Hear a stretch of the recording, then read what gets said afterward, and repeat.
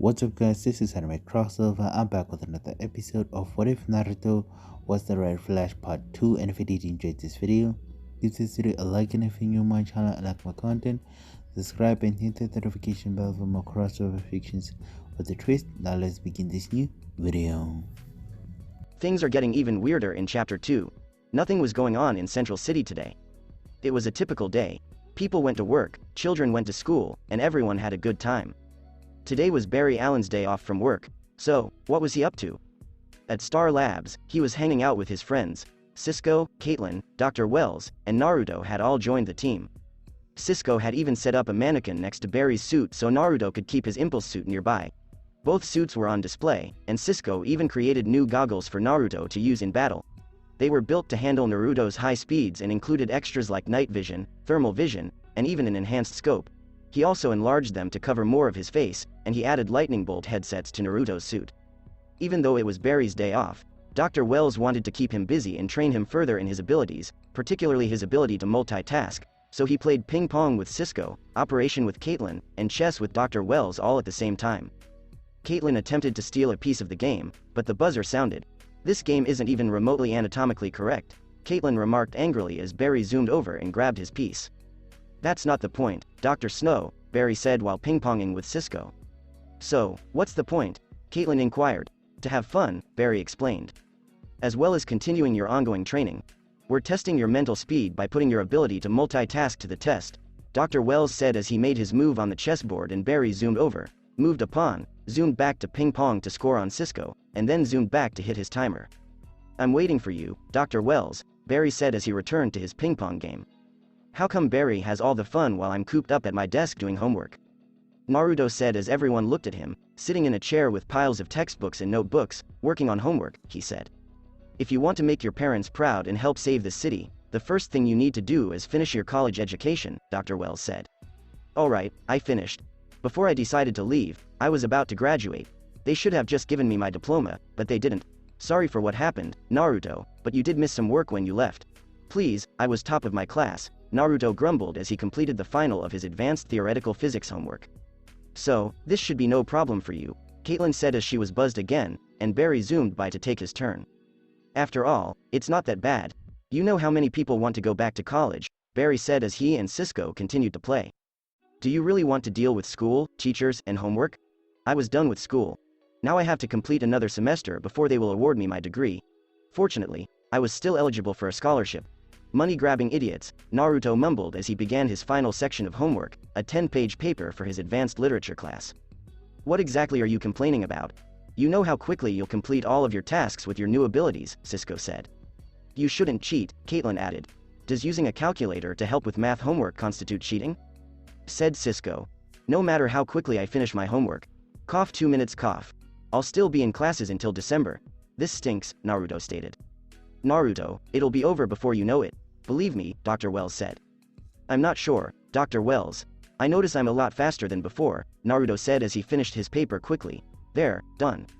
"Did you remember to check your work twice?" Caitlin continued. "Who are you, mother?" Naruto inquired.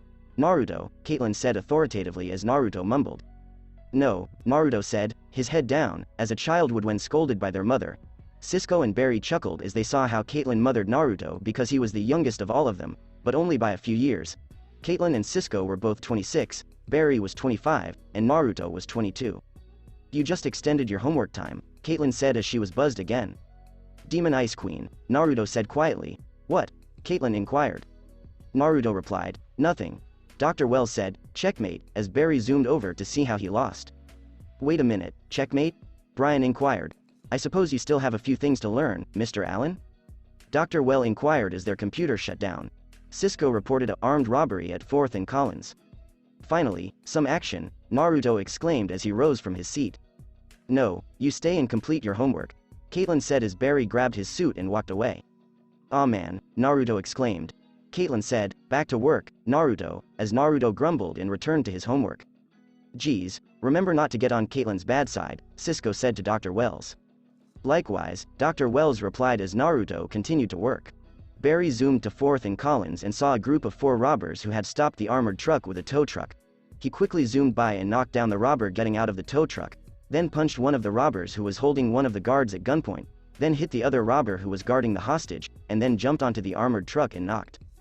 When one of the armed robbers saw the streak run by, he took off his mask and shot one of the guards trying to flee. He shot him in the back and got on his bike and left. The streak zoomed back and went to check on the guard. He saw the bullet had hit the guard's shoulder and he was in pain. "Can you tell me where the nearest hospital is?" Brian inquired via comm. "St. Andrews. 7 blocks north, 2 blocks east," Caitlin responded. "Call the and tell them they have an incoming GSW," Barry said as he took the guard to the hospital while the robbers left. XXXXX line break. After Barry saved the guard, he returned to his day job, and Naruto left for the shelter. He rushed into his room and piled all his books on his desk, then went to the kitchen to make a snack when he stepped on something, which turned out to be an old instant ramen cup. "Ew," Naruto said as he looked around his room, which was a bit of a mess, with food wrappers and empty food containers everywhere, clothes everywhere, and the bed a mess. "Hey, why not do some cleaning?" Naruto said as he super sped around the room, and in 5 seconds his room was spotless and organized.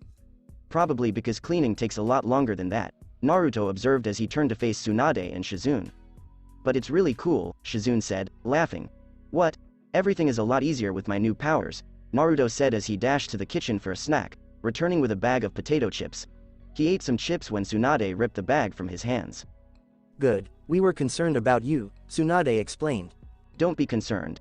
Dr. Wells is watching over me in case anything goes wrong, but I'm fine," Naruto stated. "Good. And I'm glad he persuaded you to finish your education. Did you complete your homework?" Shizune inquired. "Yes, and before you nag me, Caitlin has already filled my nagging quota for the day," Naruto said, laughing. "Good. Now that you've completed your homework, you can go help the kids with their homework," Tsunade explained. "Okay, I can do it," Naruto said as he approached the door. "I'm not finished." Tsunade handed Naruto a roll of paper, which he unrolled to reveal a 6-foot-long list of chores for him to do. "Given your new speed, this housework will take you a few hours while it would take us days." That's a lot of work," Naruto said as he saw Tsunade wanted him to clean the kitchen, all the bathrooms, mop the floors, paint the shed in the backyard, go food shopping, prepare dinner for the kids, deliver and pick up mail at the post office, fix the leaky faucet, fill up the water softener, do the laundry, check the engine on the car, and clean out the garage. "For a big hero like you, it's no problem. I mean, you save people, so doing housework should come naturally to you. Is there going to be a problem?" Tsunade asked, her knuckles cracked with a nice face. "No. Well, I've got work to do," Naruto said as he sped away. "Oh, I adore that kid. His new abilities make my life so much easier," Tsunade said, laughing. "Do you think it's too much to ask him to stop in New York for pizza?" Shizune inquired, as Tsunade laughed. While Naruto was busy, the crew responsible for the attempted armored car heist was in their hideout on the other side of town, going over the blur that managed to stop them. There have been some rumors floating around about some haze passing through town. "I heard there could be more than one of them," one of the robbers stated. "What in the world is it, man?" another inquired. "Perhaps it was a drone. Some sort of secret army thing," another said as the leader, Leonard Snart, looked at his laptop, which had a still image taken from the street cameras, revealing the blur to be a man. "When I was a kid, my grandfather used to take my sister and me to the motorcar diner. The food was mediocre, but the view was spectacular. Across the street from the Central City precinct. I still go there, listen to their radios, and keep track of their response times. Central City has 40 banks, each of which is within 60 seconds of a police response. That is the benefit of hitting a moving target. We had 182 seconds after the armored car called 911 before any cop could arrive. Nobody could have arrived in time to stop us. But something did happen. And you lost your cool," Snart told the man who shot the guard. "You're aware of the rules. We never shoot security guards or cops unless it's the only option. We don't need the heat," said Snart.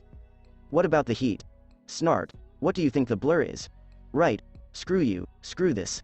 I'm out," the guy said as Snart shot him in the head. "Well, if you're out, Snart explained, "because this blur. Dot and his friend. Dot are men. We'll have to step up our game." XXXXX line break. Back at the CCPD, Barry was surprised to see an old friend, Felicity Smoke, who he met while tracking an unexplained case in Starling City, where he discovered she worked for the Arrow. She was in town to see how he was doing, so Barry decided to take her to Star Labs and show her how his team did things. They walked into Star Labs and into the main computer room where Cisco and Caitlin were working on some things. "This is where my team monitors the police bands for criminal activity, as well as anything else that occurs in the city. Look at this, we've got our own satellite," Barry announced. "I know, I've hacked into it on occasion," Felicity admitted. Rude, Cisco exclaimed as he and Caitlin approached Felicity. However, it's wonderful to see you again, Felicity. Caitlin asked, I'm just wondering how much of our operation she needs to see.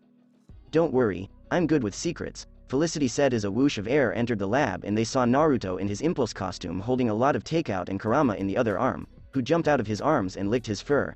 Naruto had his back to them as he put the takeout on a table and took his goggles off. I apologize for being late. Before I got back, I stopped a mugging. But don't worry, I've got your food covered. I got your double bacon belly buster with fries and a soda, Cisco. Caitlin is your typical belly buster, complete with fries and a diet soda. I got Drive Wells a deluxe belly burger with fries and a shake, and Barry and I several belly burgers, Naruto said, turning around to see everyone staring at him with a new girl. That's new, Felicity commented. Naruto said, quickly putting on his mask. Who are you? Don't worry, Naruto. She's a good friend. Meet Naruto Namikaze, our newest speedster, Felicity Smoke, Barry said. Wow, another racer. Felicity greeted him by shaking his hand. It's a pleasure to meet you. How does she know who you are? Naruto inquired as he began to remove his suit to reveal his regular clothes underneath. She's an old acquaintance. She came to see Barry while he was in a coma, Cisco explained. But aren't you worried about her seeing all of this? Naruto inquired. It's okay, Felicity said, I'm really good at keeping secrets. Felicity works with the arrow, Barry confirmed. Sweet, Cisco and Naruto exchanged high fives. And you apparently aren't very good at keeping secrets, Felicity said as Barry realized his error. All of this makes sense. You know who the arrow is, Cisco explained. Wait a minute, Barry, do you know who the arrow is? Naruto inquired, as he, Caitlin, and Cisco were intrigued. Barry said, shaking his head no, let's just say my team has something similar, but with more pointy objects, Felicity explained. Yip, they heard as Kurama approached, nuzzling his leg against Felicity's leg. Oh, who's the pretty one? Felicity inquired. You're my pet, Fox. Kurama. I brought him here because he was bored at home.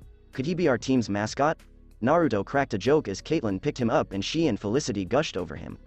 He walks on 4 legs and is furry, but he gets all the ladies' attention, Cisco said as Naruto and Barry laughed. Welcome, Ms. Smoke, they heard as Dr. Wells entered.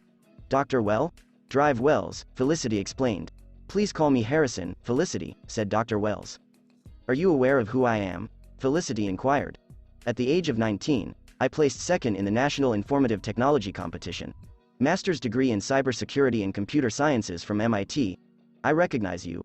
I keep an eye out for promising scientific talent. That's how I met Cisco and Caitlin. And I predicted great things from you, Dr. Wells said. Speaking of great things, do you want to see something cool? Brian inquired, as Felicity nodded. Come on, Barry said as they moved to the room with Cisco's treadmill and Barry demonstrated his speed to Felicity. Dr. Wells, Naruto, Kurama, Felicity, Caitlin, and Cisco were in the observation room while Barry ran at super speed on the treadmill, averaging around 380 miles per hour.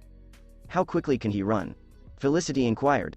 Barry and Naruto haven't reached their theoretical top speeds, Dr. Wells explained. I think we maxed out at about 370 miles per hour, give or take, when we fought the mist, Naruto said. What about the mist? Felicity inquired. Cisco described himself as a metahuman psycho-criminal who kills his victims by transforming into poison mist. Oh, Felicity responded, the strangest things we've encountered would be super strong Mirakuru soldiers and Deathstroke. I mean, not cool, Naruto said as they all looked at him. Let's return to watching Barry. Is he really okay? Felicity inquired. His heart rate and vitals are within normal limits, Caitlin said. No, the lightning bolt changed him. Do any of you have any idea how much it is? Felicity inquired. We know. Quite a bit, Cisco admitted. Will he age faster if everything about him is accelerated? What would happen if he rushed? Is he just running around and then, poof, he's dust in a red costume? Felicity inquired, worried about Barry. Everything we do at Star Labs is to keep Barry Allen safe. Believe us, Felicity, he's in good hands here, Dr. Wells said. Me too. Barry isn't the only one who can move quickly. Don't want to be left out, Naruto said, laughing. Would you like to see how fast I can run backwards? Barry yelled as they noticed him running backwards, but after 2 seconds, he flew off the treadmill and crashed into the wall. Ow, Naruto said, his face concerned. Don't worry, they heal quickly as well, Caitlin said. While Barry and the others were with Felicity at Star Labs, Joe and Eddie were staking out the Central City Museum for Leonard Snart, sitting in their squad car across the street looking for anything suspicious. I don't understand. Snart would come here for what reason? Eddie inquired. Snart's been deterred before, but once he sets his sights on something, he doesn't stop until he gets it, ever, Joe said as Eddie prepared to speak. I want you to know, Joe, that I'm very serious about Iris. Did I ever tell you about that wild night I had on my last day of college? She's an amazing woman, and I can really see myself in her, Joe said, cutting Eddie off. Eddie replied, I don't think so, no, not even after we've had a few beers after work, Joe inquired. Eddie stated, we've never done that. Oh, those are things I do with my friends, and since we've never done those things, we're not friends, so there's no reason I need to hear about your dating life, Joe explained. I just don't want my personal relationship with your daughter to interfere with our professional relationship, Eddie explained. It ain't about you, Eddie, it's about her, so as long as you don't talk about you and her, we'll be fine, Joe said as he resumed his surveillance of the museum. Perhaps we should just listen to the radio, Eddie suggested, turning on the radio to break the awkward silence. When he turned it on, the station played When a Man Loves a Woman by Percy Sledge. He switched to the next station, and Marvin Gaye's Let's Get It On began to play, making the situation even more awkward, so Eddie turned off the radio. It's good to be quiet. While Joe and Eddie were looking for Snart, unaware that he had acquired something that would give him an advantage over the cops and the speedsters, Barry was showing Felicity around. While they were doing so, Naruto returned to the shelter and completed all of the chores on the list, which took him about an hour. Naruto had to complete those tasks or Tsunade would kill him. Naruto then desired to engage in some training. Naruto dashed back to Star Labs to put on his boots and practice his speed. When Kurama walked in, he sat on the treadmill and strapped on his boots. Hey, buddy. I'm going to need you to keep an eye on the monitors and shut down the treadmill if anything goes wrong, Naruto said as he picked up Kurama and entered the control room. He sat him in a chair and switched on the monitors. Now all you have to do is hit that red button if I say so, and don't even think about messing with me. I know you're thinking about it, Naruto said, missing Kurama's smirk. Naruto returned to the treadmill and activated it. He then began at a slow pace of about 100 miles per hour and quickly increased to 300 miles per hour. Naruto kept running as fast as he could, the speedometer now flashing between 380 miles per hour. Come on. Come on, Naruto said to himself as he continued to push himself to see how fast he could go. Dr. Wells entered the control booth while Naruto was training and noticed Kurama sitting in one of the chairs. He stroked the fox's head and watched Naruto train himself, running as fast as he could. His current speed was around 400 miles per hour, according to the speedometer. It appears that some things never changed. He's as determined as ever. Like he always has been, Wells said as he removed his glasses and gazed at Naruto training. Wells smiled as he saw flashes and sparks of white and crimson lightning that seemed to generate at a faster pace and spark around Naruto's body as he concentrated on his speed. Faster. Faster. Wells murmured as he noticed Naruto using his powers effectively. Guys. Naruto exclaimed as he slowed and came to a halt as Caitlin entered. Caitlin stated, bank robbery at the Central City National Branch. I'm on it, Naruto said as he dashed to his suit and dashed out the door to the bank. The bank robbers were currently emptying the cash registers and threatening the main executive with a gun as he opened the large safe in the back. The robbers were armed with assault rifles, masks to cover their faces, and large bags slung over their shoulders. 3 were on crowd control, 3 were emptying the cash in the teller cash registers, and the leader was holding his gun to the executive's head as he opened the vault door with his key. Guys, cops here in 2 minutes, yelled one of the robbers holding the crowd hostage, looking at his watch. You know the drill, exclaimed the leader as one of the robbers at crowd control approached the door. He took out some C4 charges from his bag and began arming them. Then, as he was knocked out and hit against the wall, a whoosh of air entered the bank. The robbers turned to see what was going on and saw their buddy get knocked out, but then the 3 robbers were dragged away by the tellers, their guns taken and tied together using one of the bank's aisle red ropes. The 2 robbers in crowd control were then knocked out and placed on the bank couches, their guns confiscated and their hands zip-cuffed. The leader was about to shoot the executive when he pulled the trigger, but the executive had vanished and his bullet had struck the safe. The leader was then pushed against the safe, his gun was taken from him, and his hands were tied to the safe. The hostages in the bank saw this happen in a flash and whoosh of air, followed by a man in a white and orange suit wearing goggles sliding to a halt. Ha, that was simple, said Impulse. Wait, they had bombs. One of the hostages exclaimed as Naruto approached and the bombs were activated. The robber must have turned them on but was unable to set a long enough timer, so they were only on for 30 seconds. Crap, exclaimed Impulse as he ran forward, grabbed the bombs, ran outside the bank, and threw them as high into the air as he could. The bombs exploded as bystanders screamed in terror and landed on the ground as the large explosion caused a large boom, but the buildings and people were unharmed. When the cops arrived, they saw the explosion in the air and the man in the suit. They came to a halt outside the bank and pulled out their weapons, while people on the streets took out their phones and began filming everything that was going on. Impulse ran into the bank and began waiting for the cops outside with the robbers and their guns. The cops saw what happened in a blur of orange and white lighting as the white and orange blur zoomed in and out of the bank 3 times, and the robbers were all seated on the ground next to each other, with Impulse right beside him. "They're all set for you, and the hostages are safe. Catch you later," Impulse yelled as he supersped away as cops began to apprehend the robbers and bystanders posted videos and images of the speedster on social media. Naruto returned to Star Labs as Cisco, Caitlin, and Dr. Wells were working on computers. 7 robbers are on their way to jail, Naruto exclaimed as he entered. "Wow, that was a lot of fun." "Nice work, Naruto," Dr. Wells commented. "Yeah, taking out those robbers and bombs was awesome," Cisco exclaimed. "But I'm not sure I want to stand for a photo shoot," Caitlin said, pulling up some blurry images of him at the bank. They were blurry because Naruto was moving so quickly that they couldn't get a clear image other than a basic outline, color scheme, and the lightning trail. "I have to agree with Caitlin. Staying unseen with your powers is always the best option," Dr. Wells said. "Relax, guys, no one saw me. The goggles covered my face, and the images are too blurry to clear. No one will figure out who I am," Naruto explained. "Yeah, he was moving too fast. I clocked your speed, and today was the fastest you went. 410 miles per hour, Cisco explained.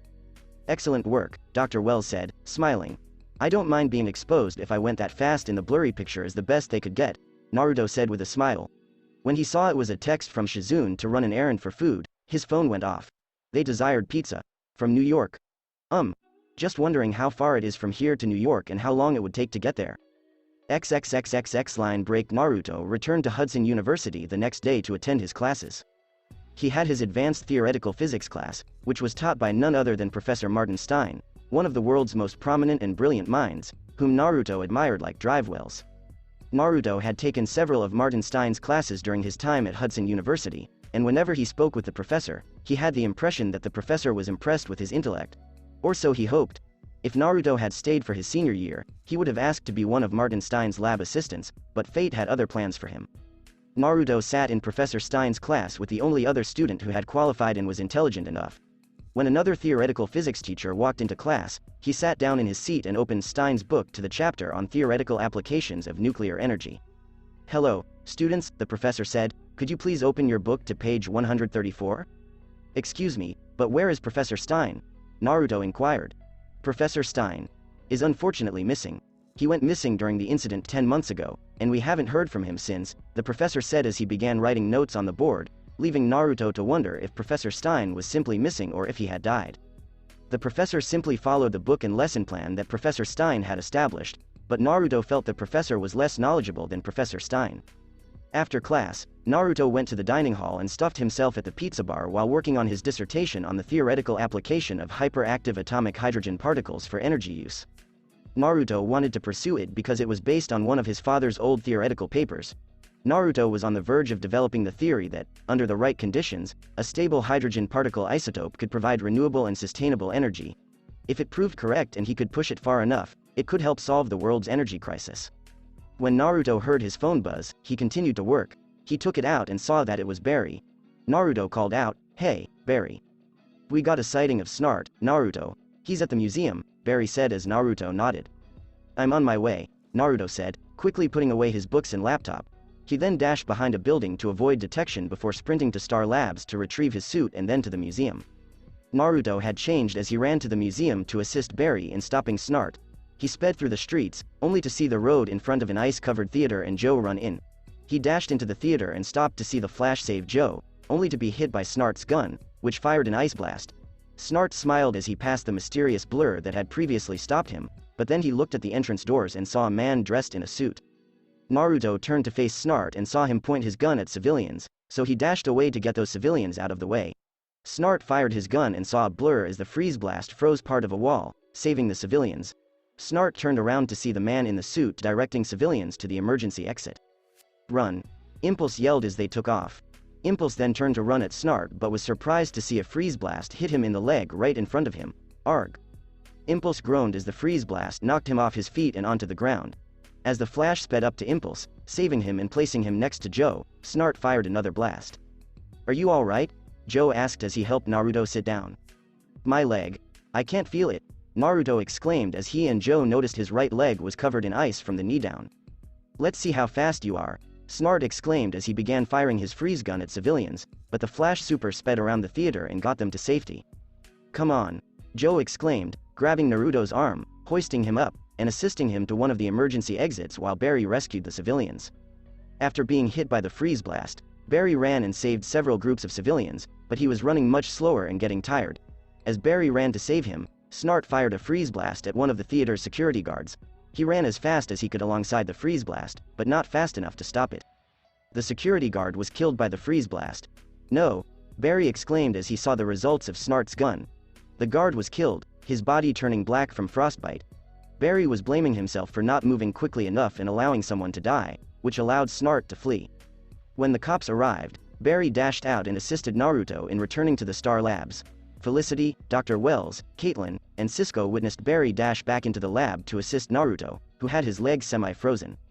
Caitlin, help, Barry said as she assisted in Naruto's transport. Caitlin said as she helped Naruto onto a chair, I got him. Arg. Naruto groaned, feeling his right leg go numb and suffering from frostbite. Are you okay? Dr. Wells inquired as he wheeled over to Naruto, who removed his mask. Peachy. Just a little numb, Naruto groaned as Cisco and Felicity brought a space heater over to help melt the ice off Naruto's leg while Caitlin turned on the scanners. You should look at Barry as well, he was hit as well. Not as bad as you, Barry said as Felicity assisted him in getting out of his suit. Arg, groaned Barry as he grabbed his side. But it's still bad, Felicity said as she helped him onto a gurney. Caitlin turned on the scanners to check on Barry and Naruto's injuries, and Barry sat down. Everyone saw the bad injury, which appeared to be a severe case of frostbite, when Barry lifted his shirt. Wow, that doesn't look so good, Felicity observed as Caitlin offered a warm towel to assist. Here, this should help, Caitlin said, dabbing the injury, which caused Barry to groan and grunt. Thank you, Barry replied as Caitlin nodded. How are you, Naruto? Not bad, Naruto said as he groaned in pain. His leg had defrosted and the ice had been removed, but it was extremely numb and tender. Naruto took off his shoe and rolled up his pants to reveal that his leg looked exactly like Barry's frostbite wound. Geez. That doesn't look so good, Felicity commented, bringing over another warm towel. Well, I'm still getting sensations in my legs and feet, which is a good sign, Naruto explained. We're just glad you're okay, Dr. Wells said, smiling. Can you tell me what happened? Joe had called in a police emergency, and Snart was at the museum, and when we tried to stop him, he opened fire, Barry explained. We saved some civilians, but we got hit with what I don't know, Naruto explained. Yeah, I've never seen anything like this except from a really bad case of frostbite, Felicity said, pulling up some information on Snart on her tablet. Well, that's what it's presenting itself to look like, Caitlin said as the scans she had performed revealed images of ice-encased blood vessels in Barry and Naruto. It's looking like third-degree frostbite. Felicity asked, I thought they had hyper-healing? It's been slowed. If your cells hadn't been regenerating at the rate they are, your blood vessels would have frozen solid, and the nerve damage would have been permanent. You're both lucky to be alive, Caitlin explained. Snart wasn't just another metahuman. He had this gun that shot this blast and froze things.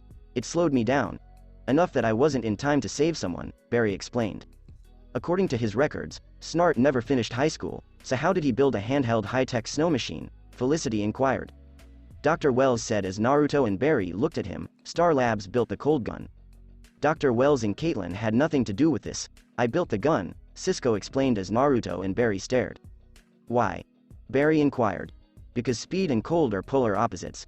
Temperature is measured by how quickly the atoms of something oscillate. The faster they are, the hotter it is. When things are cold, they're slower on the atomic level. When there's no movement, it's cold. Yeah, I designed a compact cryo engine to achieve absolute zero, and I built it to stop you too, Cisco explained as Naruto and Barry both looked at him. I had no idea who you guys were back then. You could have been psychos like Martin or Nimbus, or what if Naruto was the man in yellow? But I wasn't, Naruto explained. I understand now, Cisco said. We built the entire structure you're standing in to do good, and it blew up, so you can understand why Cisco would want to be prepared for the worst, Caitlin explained. I understand that, but what I don't understand is why you didn't tell me or Naruto what you did. After all, I thought you trusted me. I thought we were friends, Barry exclaimed. We are, Cisco responded. If you had just told me, I could have been prepared, Barry said, but instead, someone died tonight. And I'm supposed to live with that? Cisco inquired. No, Cisco, we all do, Barry said as he walked away.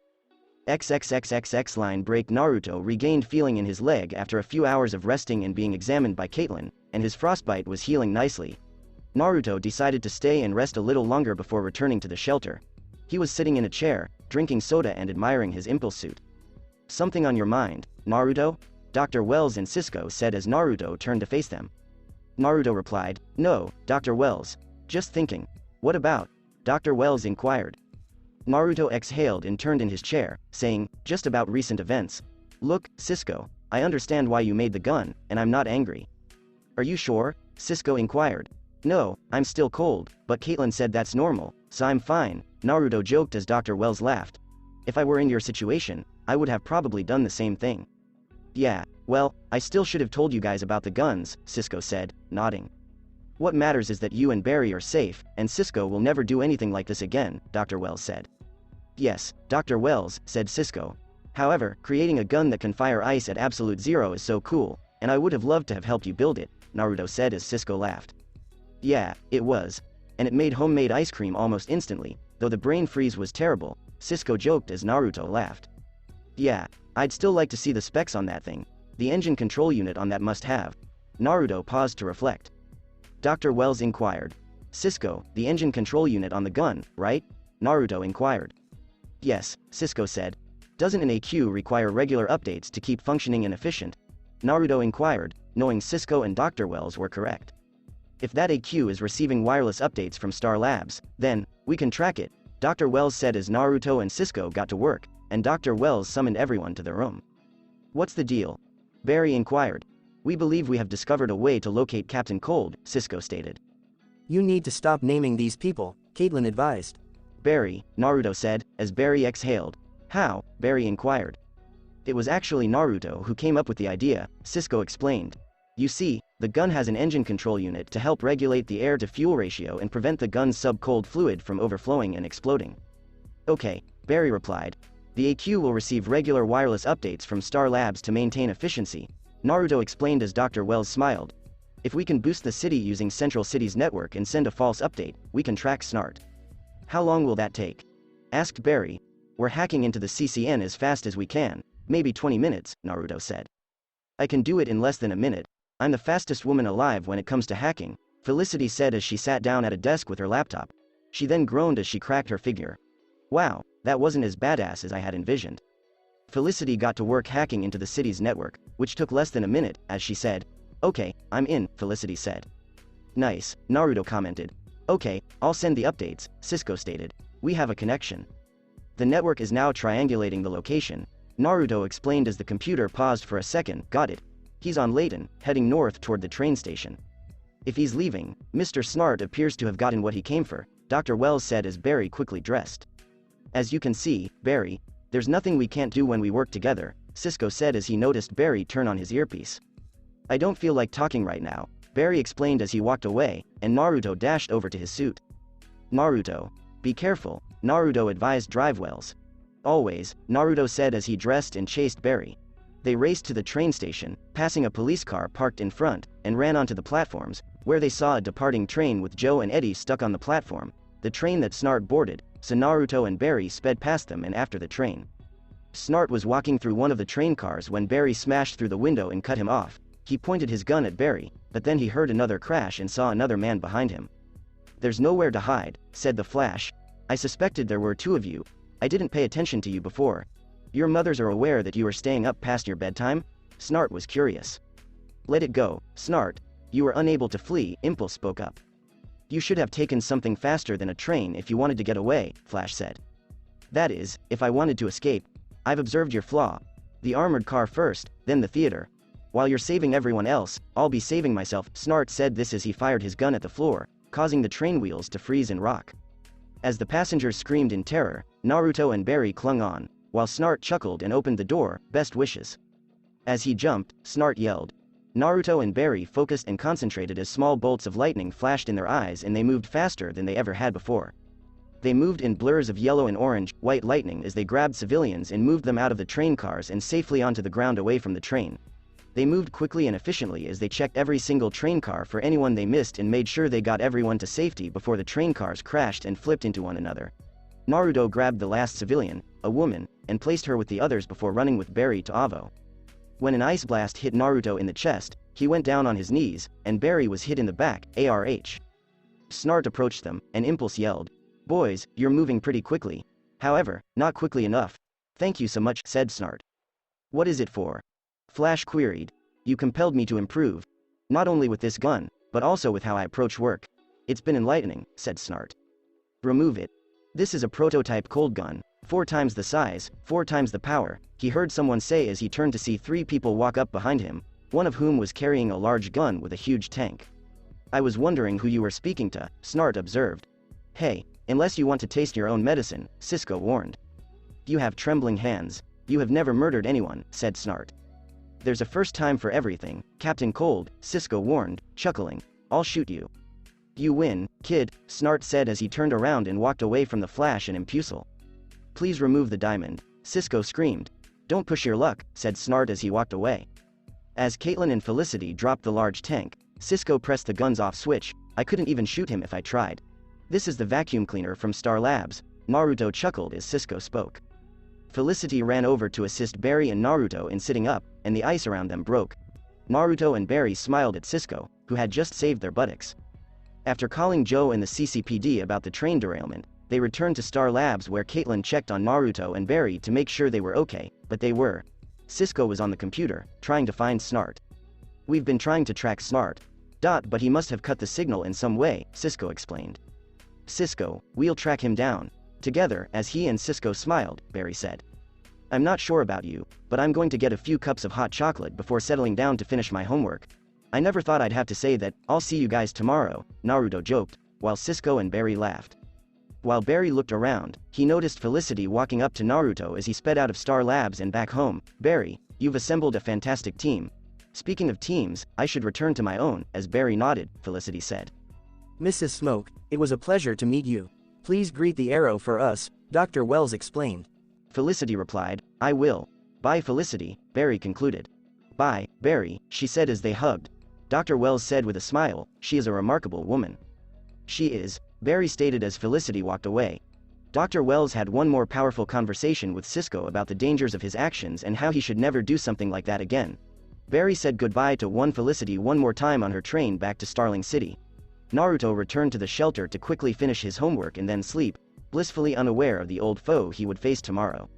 Line XXXXX. The next day, Naruto woke up bright and early to head to his morning classes. He had 2 early classes, and after he finished his work for those classes, he had the rest of the day and tomorrow off. Naruto decided to head to the mall to get some new sneakers since his old ones were worn out. Naruto was in the mall, went to Foot Locker and got himself a new pair of shoes. He was heading to the food court when he heard a commotion from the jewelry store on the ground floor. Naruto ran down the escalator, pushing past the crowd of people fleeing for their lives, and arrived on the ground floor, where he saw a large amount of broken glass all over the floor, as well as mall stands knocked over, garbage cans smashed to pieces, and several mall security guards and cops on the floor, some of whom were not moving and others who were groaning in pain as the cop held his stomach. "It's okay. What transpired?" Naruto was curious. "I don't know. One guy attacked us," the cop said as Naruto called 911 and told them about the officers who were down and needed assistance. Naruto then looked at the store the cops were outside of, which was an expensive jewelry store, with all the displays smashed and almost all the merchandise gone. He looked around to see if he could figure out where the thief went, but all he saw was a crowd of people taking cover in other stores in the air.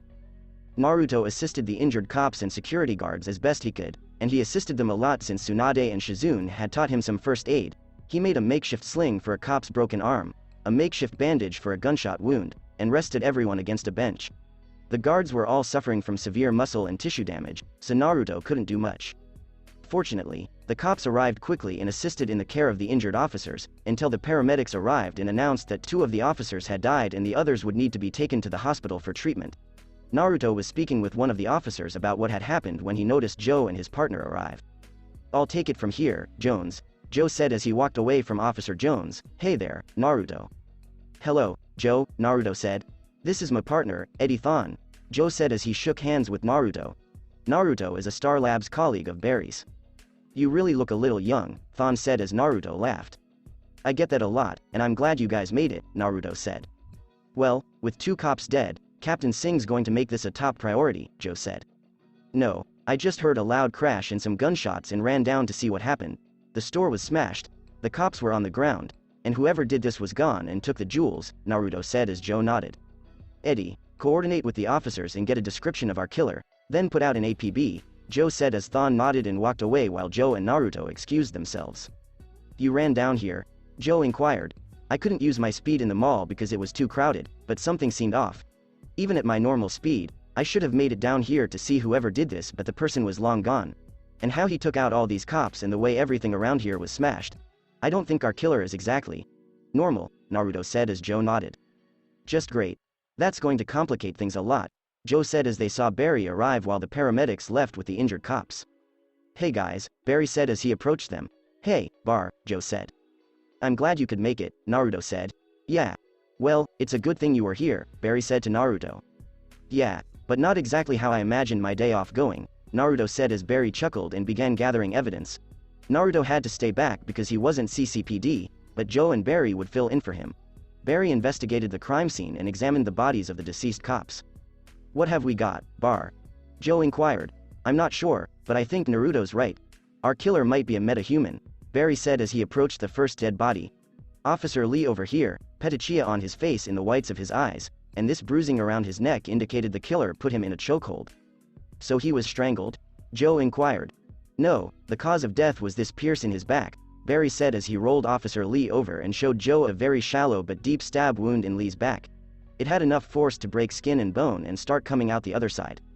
Damn, no knife can do that, Joe exclaimed. I'm guessing the killer put Officer Lee in a chokehold as the others gathered around him, then killed him before moving on to his next victim, Officer Donner, Barry said as they approached his body. Joe noticed the strange scarring over his eyes and mouth, as if someone had held a blowtorch to him. What did you do? Joe wondered. The scarring is consistent with exposure to heat or radiation, and it's also a side effect of mace spray, but none of the cops or guards were carrying mace. His death appears to be a broken neck, but there are some other discrepancies I'll need to investigate back at the lab, Barry said. Alright, go back to the station and get all the evidence, then go to Star Labs because if this is a metahuman, we're going to need some help, Joe said as Barry nodded. Line XXXXX. After finishing up with the cops, Naruto grabbed a Big Belly burger for a snack and dashed back to Star Labs to inform Drive Wells, Cisco, and Caitlin that there could be another metahuman they would have to deal with. Naruto entered the Cortex to find Cisco working in the lab and Caitlin and Dr. Wells in the med bay. Dr. Wells, Naruto said as Dr. Wells wheeled over. Afternoon, Dr. Wells said with a smile. Well, I think we have another case to work on. There was a robbery at the mall, and the thief got away with a store full of precious jewelry, Naruto explained. Caitlin exclaimed, wow. Yeah. I was at the mall, and when I got there, the thief was gone, 2 cops were dead, and pretty much all the stuff in the store was gone, and whoever did this was fast. Even though I didn't use my speed, I still should have seen the thief, and the witnesses didn't see much either, Naruto said. Looks like we've got a thief who's seen the town too many times, Cisco said. Naruto, are you sure about this? It's possible this was just a well-prepared thief, Dr. Wells said. And the way the cops were killed raised an eyebrow. Barry thinks the same, he should be here soon, Naruto said. Do you think it was another speedster? Caitlin inquired. It's possible, but witnesses should have seen a blur if it was a speedster, Naruto said. Perhaps he was invisible, Cisco speculated as Naruto laughed. That's not possible. Chuckles. That's not possible, right Drive Wells? Naruto asked as Dr. Wells shrugged. I believe that with what we've seen in the last month, anything is possible, Dr. Wells said. How could this thief become invisible and go full Hollow Man? Cisco wondered. Perhaps our thief has chromophores that allow him to change the color of his skin. It's how cuttlefish blend into their environments, Naruto speculated. It's a possibility. The particle accelerator explosion could have altered his genetic makeup so that our thief could change the color of his skin. There has been research into doing that by splicing the DNA of certain animals, but not to the extent that it would create invisibility, Dr. Wells said. Well, if the guy wants to fence his jewels, maybe we can use that to track him down. Jewels from the store will most likely have serial numbers on them, Naruto explained. Right, Cisco, get to work on that. Naruto, come. It's time for another training session, Dr. Wells said as Naruto dashed into his workout clothes. Dr. Wells sat in the observation booth as Naruto stepped onto the treadmill and began running. Naruto kicked up as fast as he could, and his top speed was now around 420 miles per hour. Dr. Wells kept track of Naruto's progress on the computers because he saw how far he had come since his fight with Snart. Dr. Wells said over the speaker, "That's good, Naruto. Concentrate. Come on, I know you can go faster." As he concentrated, his eyes flashed with electric sparks. He inhaled deeply and felt electricity coursing through his body like a force. "Come on, Naruto. Push it," yelled Naruto as he kicked it up another notch. Dr. Wells smiled as he saw Naruto start to tap into the Speed Force, his speed increasing to 500 miles per hour.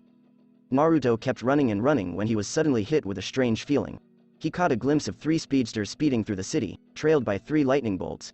He then saw himself in another white, black, and red suit racing against a speedster with blue lightning. He then saw something that resembled a Dementor from Harry Potter, which caused him to abruptly stop, which was a bad decision. Naruto's abrupt stop caused him to fly off the treadmill and smash into the wall cushions. Naruto moaned in agony as he felt some of his ribs bruise or fracture. Arg! Naruto sat up and grabbed his ribs in pain as Dr. Wells and Caitlin and Cisco ran into the room. "Are you okay, Naruto?" Caitlin inquired as she knelt to assist him. "Yeah, but I think I broke some ribs," Naruto groaned as Cisco assisted him in getting up and over to the med bay. Caitlin sat Naruto on the gurney and took a quick X-ray, discovering that he had some fractured ribs that would heal in an hour, so she wrapped his torso to help with the pain. "You've got 6 broken ribs and a concussion, but you should be fine in an hour," Caitlin said as Naruto smiled. "Thank you, Caitlin," Naruto said as she returned to assisting Cisco as Dr. Wells approached. "I'm glad the super speed comes with accelerated healing." "What happened, Naruto? You were doing well until something caused you to stop abruptly," Dr. Wells asked. "Yeah. I was feeling lightheaded. Guess I didn't eat enough," Naruto explained as Dr. Wells chuckled and handed him one of the high-calorie energy bars. "Thanks. I guess you didn't get enough to eat at the mall, huh?" Dr. Wells chuckled. "Yeah, well, the only disadvantage of having super speed now is my massive metabolism, which isn't ideal for someone on a budget," Naruto said as Dr. Wells nodded. "Don't worry, we'll figure it out, as we always do," Dr. Wells said as Barry walked into the cortex. "Hey, guys," Barry said as Dr. Wells and Naruto approached with an ice pack on his ribs. "Mr. Allen, so Naruto's hunch was correct? Are we dealing with another metahuman?" Dr. Wells inquired. "Definitely," Barry said, holding up a file. "The tests I ran back at the lab and the coroner's reports show a lot of inconsistencies and variables that aren't normal." "So, what do we have? Do we have an invisible man?" Cisco inquired, excitedly. "No, I don't think so. The wounded officers and guards remembered seeing a guy in a hoodie, but he was fast and agile, way more than a normal human could move, to take out that many guards in that short amount of time and the ways they were killed," Barry said as Naruto looked over the file with Cisco and Caitlin looking over his shoulders. "Damn, that's one hell of a stab wound," Cisco exclaimed as they saw the photo of one of the dead cops' massive stab wound. "What caused that wound?" "It's too big for a knife, and the force broke through 4 ribs and out the other side," Caitlin explained. When the coroner's report was returned, he discovered traces of fingernail and hair inside the wound, Barry explained. "So, this wound was caused by a fist?" Naruto inquired. "That's what the evidence suggests," Barry stated. "It takes about 25 pounds of force to fracture a human bone and much more to break it depending on the area," Caitlin explained. "The ribs are some of the densest areas in our body, so it would take a rough estimate of 150 pounds per square inch to break bone." "Well, this meta must have some serious juice to get through 4 and out the other side," Cisco said. "So, we don't have an invisible meta, but a super strong one," Naruto explained. "Perhaps the particle accelerator increased the muscles in the meta's body to do something like that." "Perhaps, but what other evidence was gathered?" Dr. Wells inquired. The scarring on one of the officer's faces returned. "As snake venom," Barry said as Naruto flipped the page, and it was indeed snake venom, viper venom. "Oh. Why did it have to be snakes?" Naruto shivered as he handed the files to Cisco, who looked perplexed. "Naruto is afraid of snakes," Dr. Wells explained. "A well-founded fear of snakes. They're tiny, deadly, fast, and their eyes grab your soul." Naruto shivered as everyone laughed. "We now have a human snake." "It does help some of the evidence make more sense," Barry said. "The way the meta could move with such agility, the strength of the punch like the muscle strands of a snake's body, the force of the chokehold like a snake to constrict in the snake venom. And he was able to escape using the mall's vent system, easily navigating through like a snake." "Do you think this meta has the ability to shed his skin like a snake?" Cisco inquired. "When we catch him," Caitlin said as Naruto considered something. "Here's an idea. Maybe this meta was a scientist doing snake research and was exposed during the particle accelerator explosion, which gave him these powers. That would also explain how he has the strength and the venom," Naruto speculated. "What exactly do you mean?" Barry inquired. "Well, biologically, snakes can either constrict or use venom. No snake can do both," Naruto explained. "Wrong, Super Snake can," Cisco corrected himself as Naruto looked at him. "I hope you're not considering naming him that," Naruto said as Cisco patted his shoulder. "Oh, Naruto, you have little faith," Cisco responded. Did the skin cells from the wounds help us identify the meta? Dr. Wells inquired. There was insufficient DNA to run a test, Barry explained. Perhaps the security cameras will tell us something, Naruto said as he sat down at the computers and began hacking into the mall's CCTV cameras. Dr. Wells inquired, when did you learn to hack? I may have had Felicity teach me a thing or two when she was free, Naruto joked. Got it. Naruto displayed the Central City Mall's cameras for the entire day. Alright, so the attack happened around 1, Naruto said, speeding up the cameras to that point. The cameras captured the mall on a typical day. Nothing seemed out of the ordinary as people walked around to stores or window shopped. Nothing seems out of the ordinary, Cisco said as Naruto accelerated the pace. There, Naruto said, pointing to a figure in the video wearing a hoodie and a backpack. The figure entered the jewelry store and approached a display case filled with high-priced jewels. When a security guard approached the man and grabbed his shoulder, the man punched the security guard in the face. Oh, Barry exclaimed as he noticed the punch. The man then ran at the guard with increased agility, contorting his body around him, putting him in a chokehold and rendering him unconscious.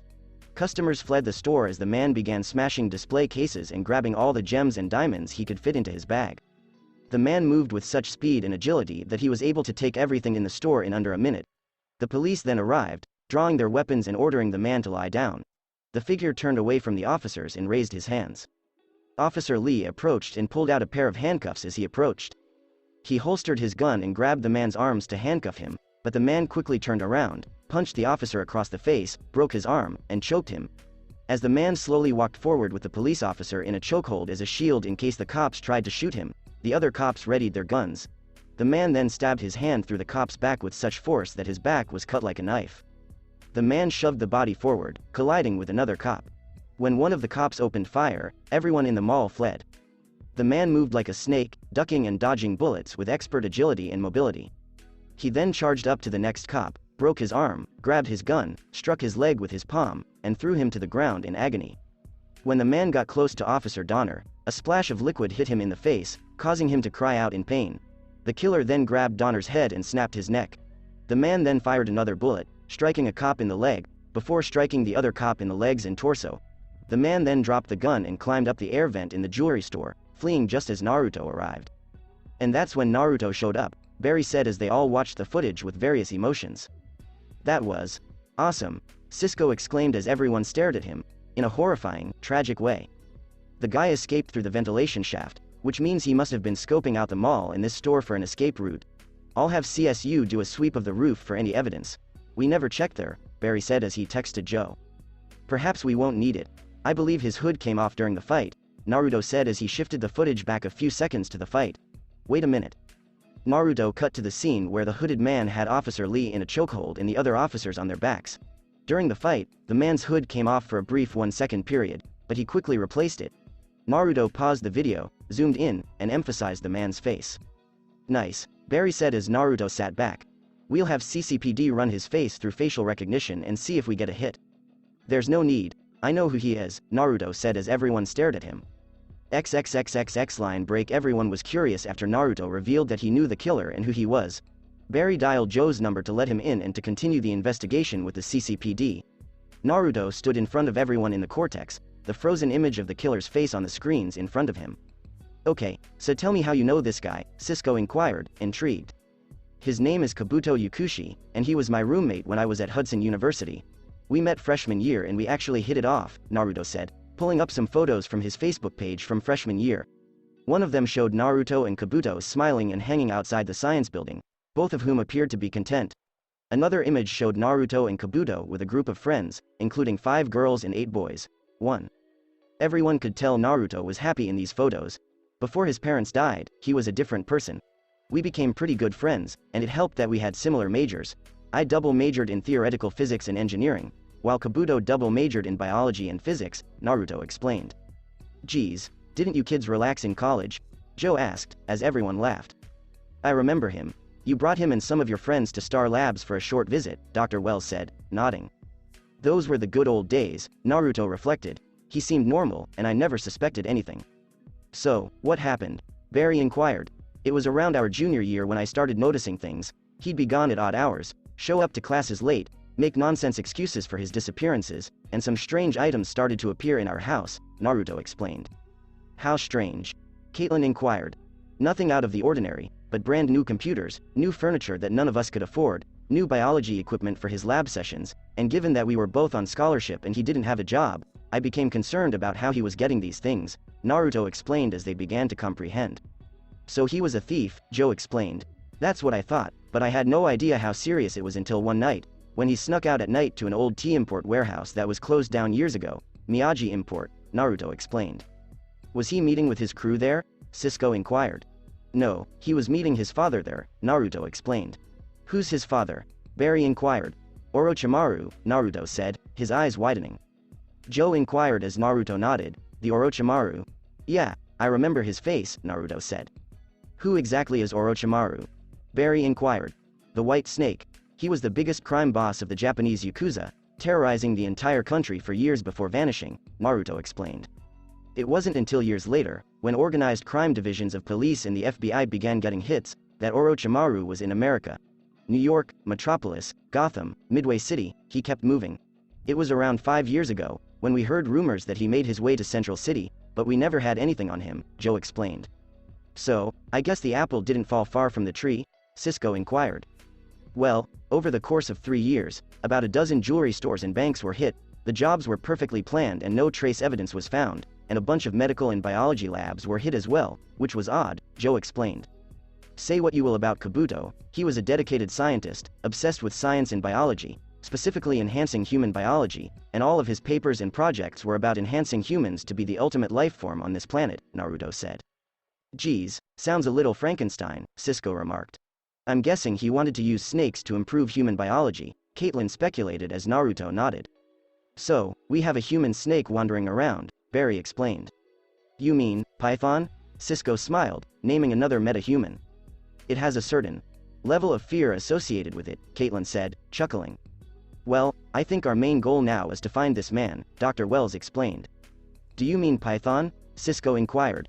Fine, Dr. Wells said, we need to find this Python before he hurts anyone else or commits another robbery. Did you go to the police after you found out what Kabuto was doing? Barry inquired. We did receive an anonymous call that night about a warehouse full of items and men with guns, but when we arrived, the place was cleared out.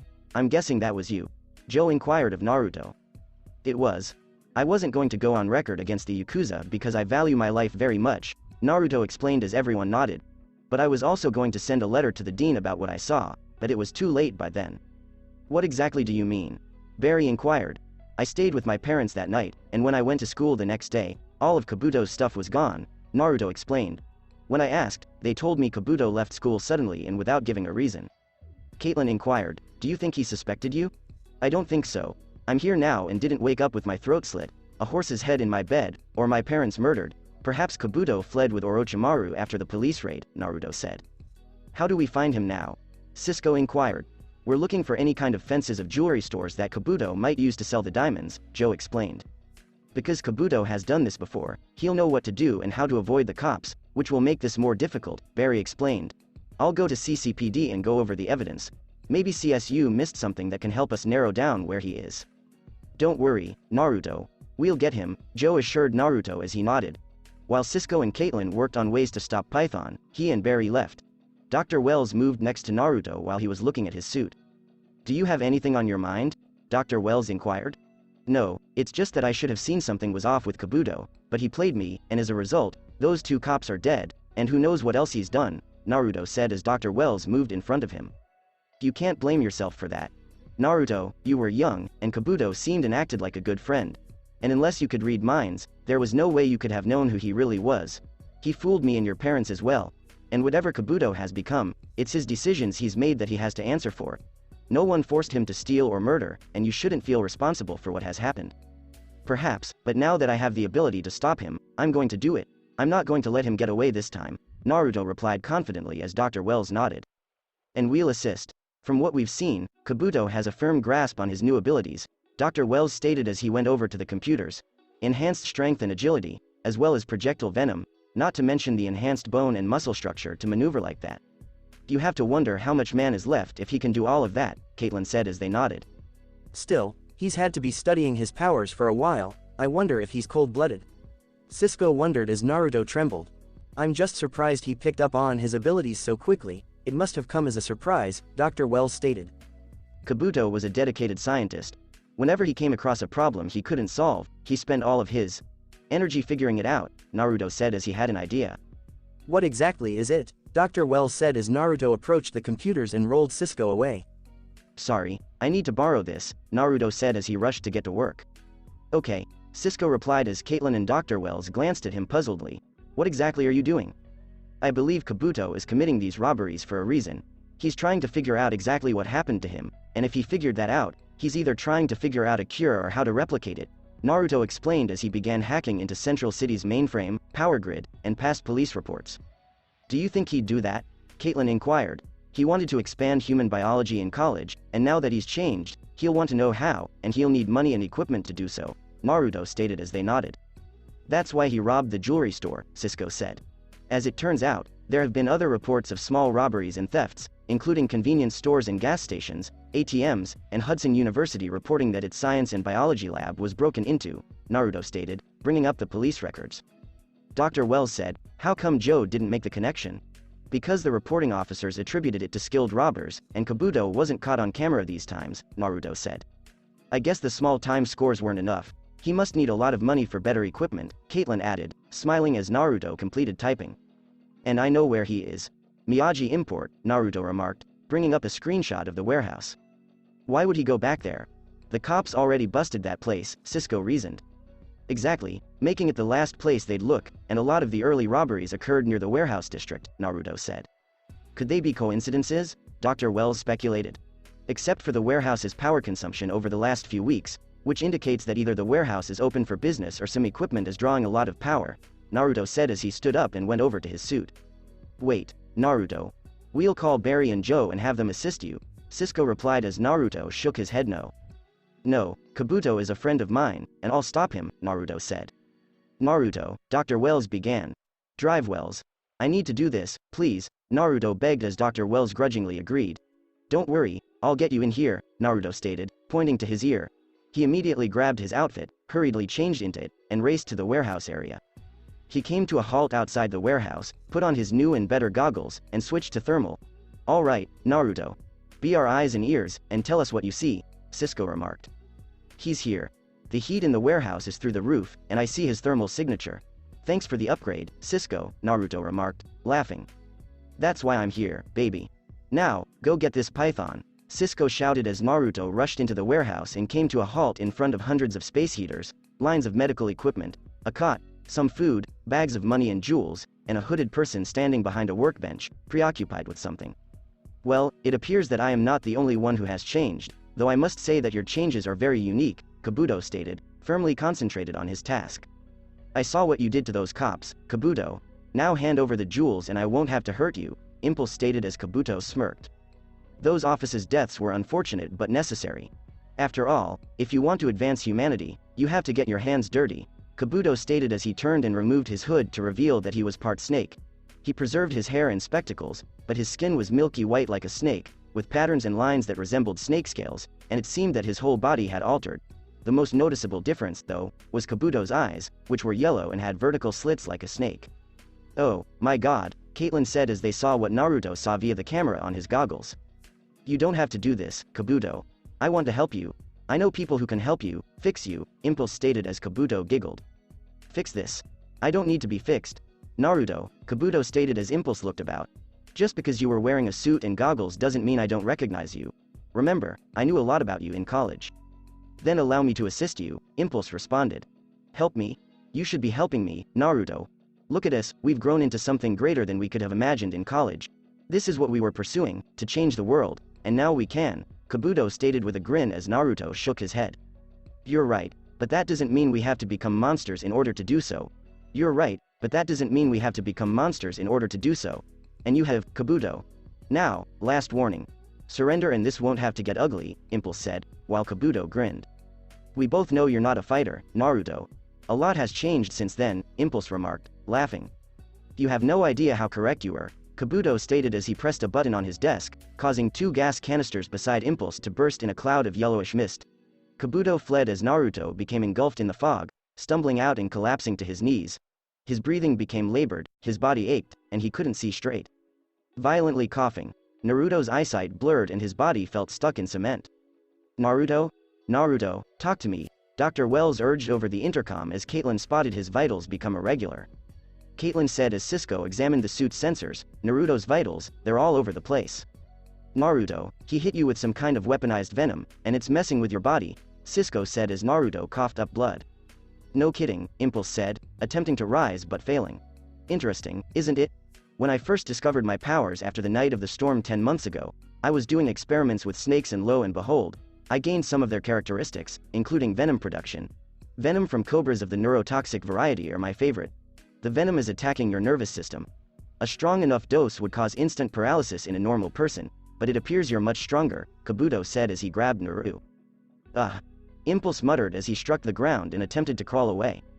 Of course, the increased strength is nice as well, Kabuto stated as he approached Naruto. He then grabbed him and placed him in a chokehold. Ack, Impulse gagged as he struggled to release himself. Don't worry, it'll all be over soon, Kabuto assured Naruto as he attempted to escape. We've got to help him, Caitlin stated as they brainstormed ways to assist him as Dr. Wells started typing on his computer. Hold on, Naruto. I've hacked into the warehouse's security system, and it's about to rain, Dr. Wells stated as he triggered the warehouse's fire alarm system. The sprinklers were triggered when the alarm system sounded. Kabuto let go of Naruto and dashed over to his workstation. No! Exclaimed Kabuto as he dashed over to safeguard his study. Naruto stood up as he saw the water shorting out his computers and heaters. As the temperature dropped in the warehouse, Naruto had an idea. Kabuto turned to face Naruto. You completely ruined my research. I'm about to ruin a lot more, Impulse stated as he started tornado-like rushing around Kabuto. As Impulse dashed about, the wind began to build up, and this, along with the water, caused Kabuto to shiver. As Kabuto sank to his knees, rubbing his arms to get warm, Impulse raced forward and struck Kabuto in the face, knocking him off his feet, through the air, and sending him tumbling across the ground, unconscious. Naruto came to a halt as he coughed again, and the sprinkler switched off. His breathing was still heavy, but it was far better than it had been. Naruto? Naruto, talk to me. Are you okay? Dr. Wells said as Naruto cleared his throat.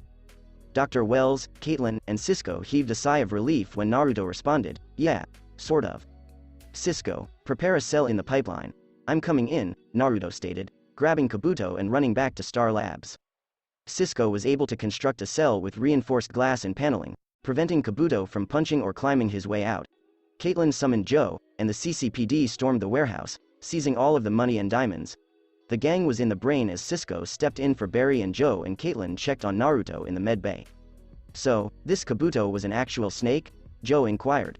Oh yeah, weird scales and all, Cisco remarked, nodding.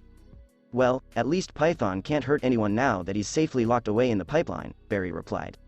Yeah, Naruto really showed some guts to go in by himself, and it looks like Impulse is going to give the streak a run for his money, no pun intended, Joe added as Barry laughed. Naruto exited the med area while putting on his jacket. Naruto, how do you feel? Barry inquired. Ah, not bad. Still a little sore. Nothing a little rest can't fix, Naruto replied, cracking his neck and stretching a little. To say that venom would have killed any normal person is an understatement, Caitlin stated as Naruto grinned. But I did it, Dr. Wells, with your help, Naruto remarked as Dr. Wells grinned.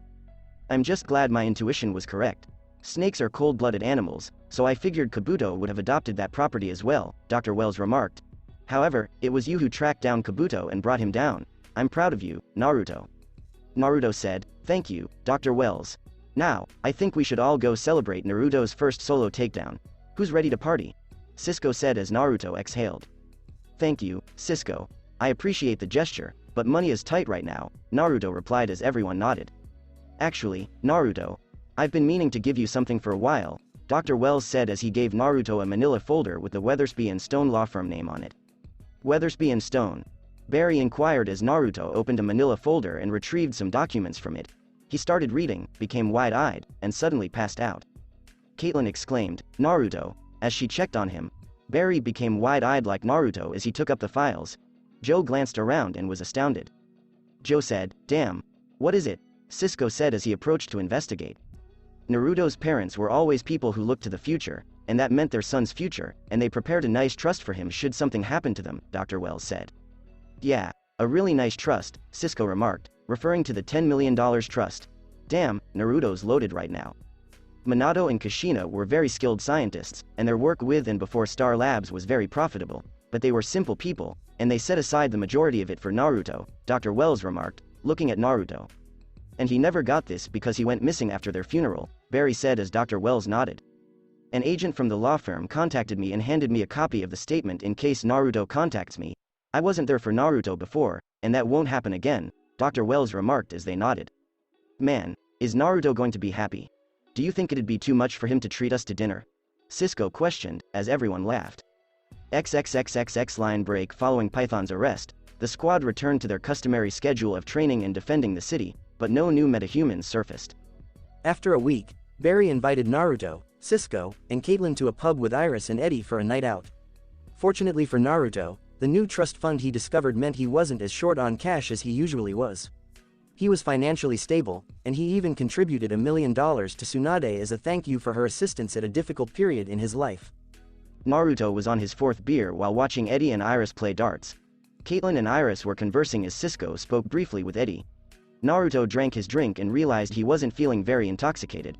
He went over to the bar, where Barry was getting another drink. "Excuse me, can I get some whiskey?"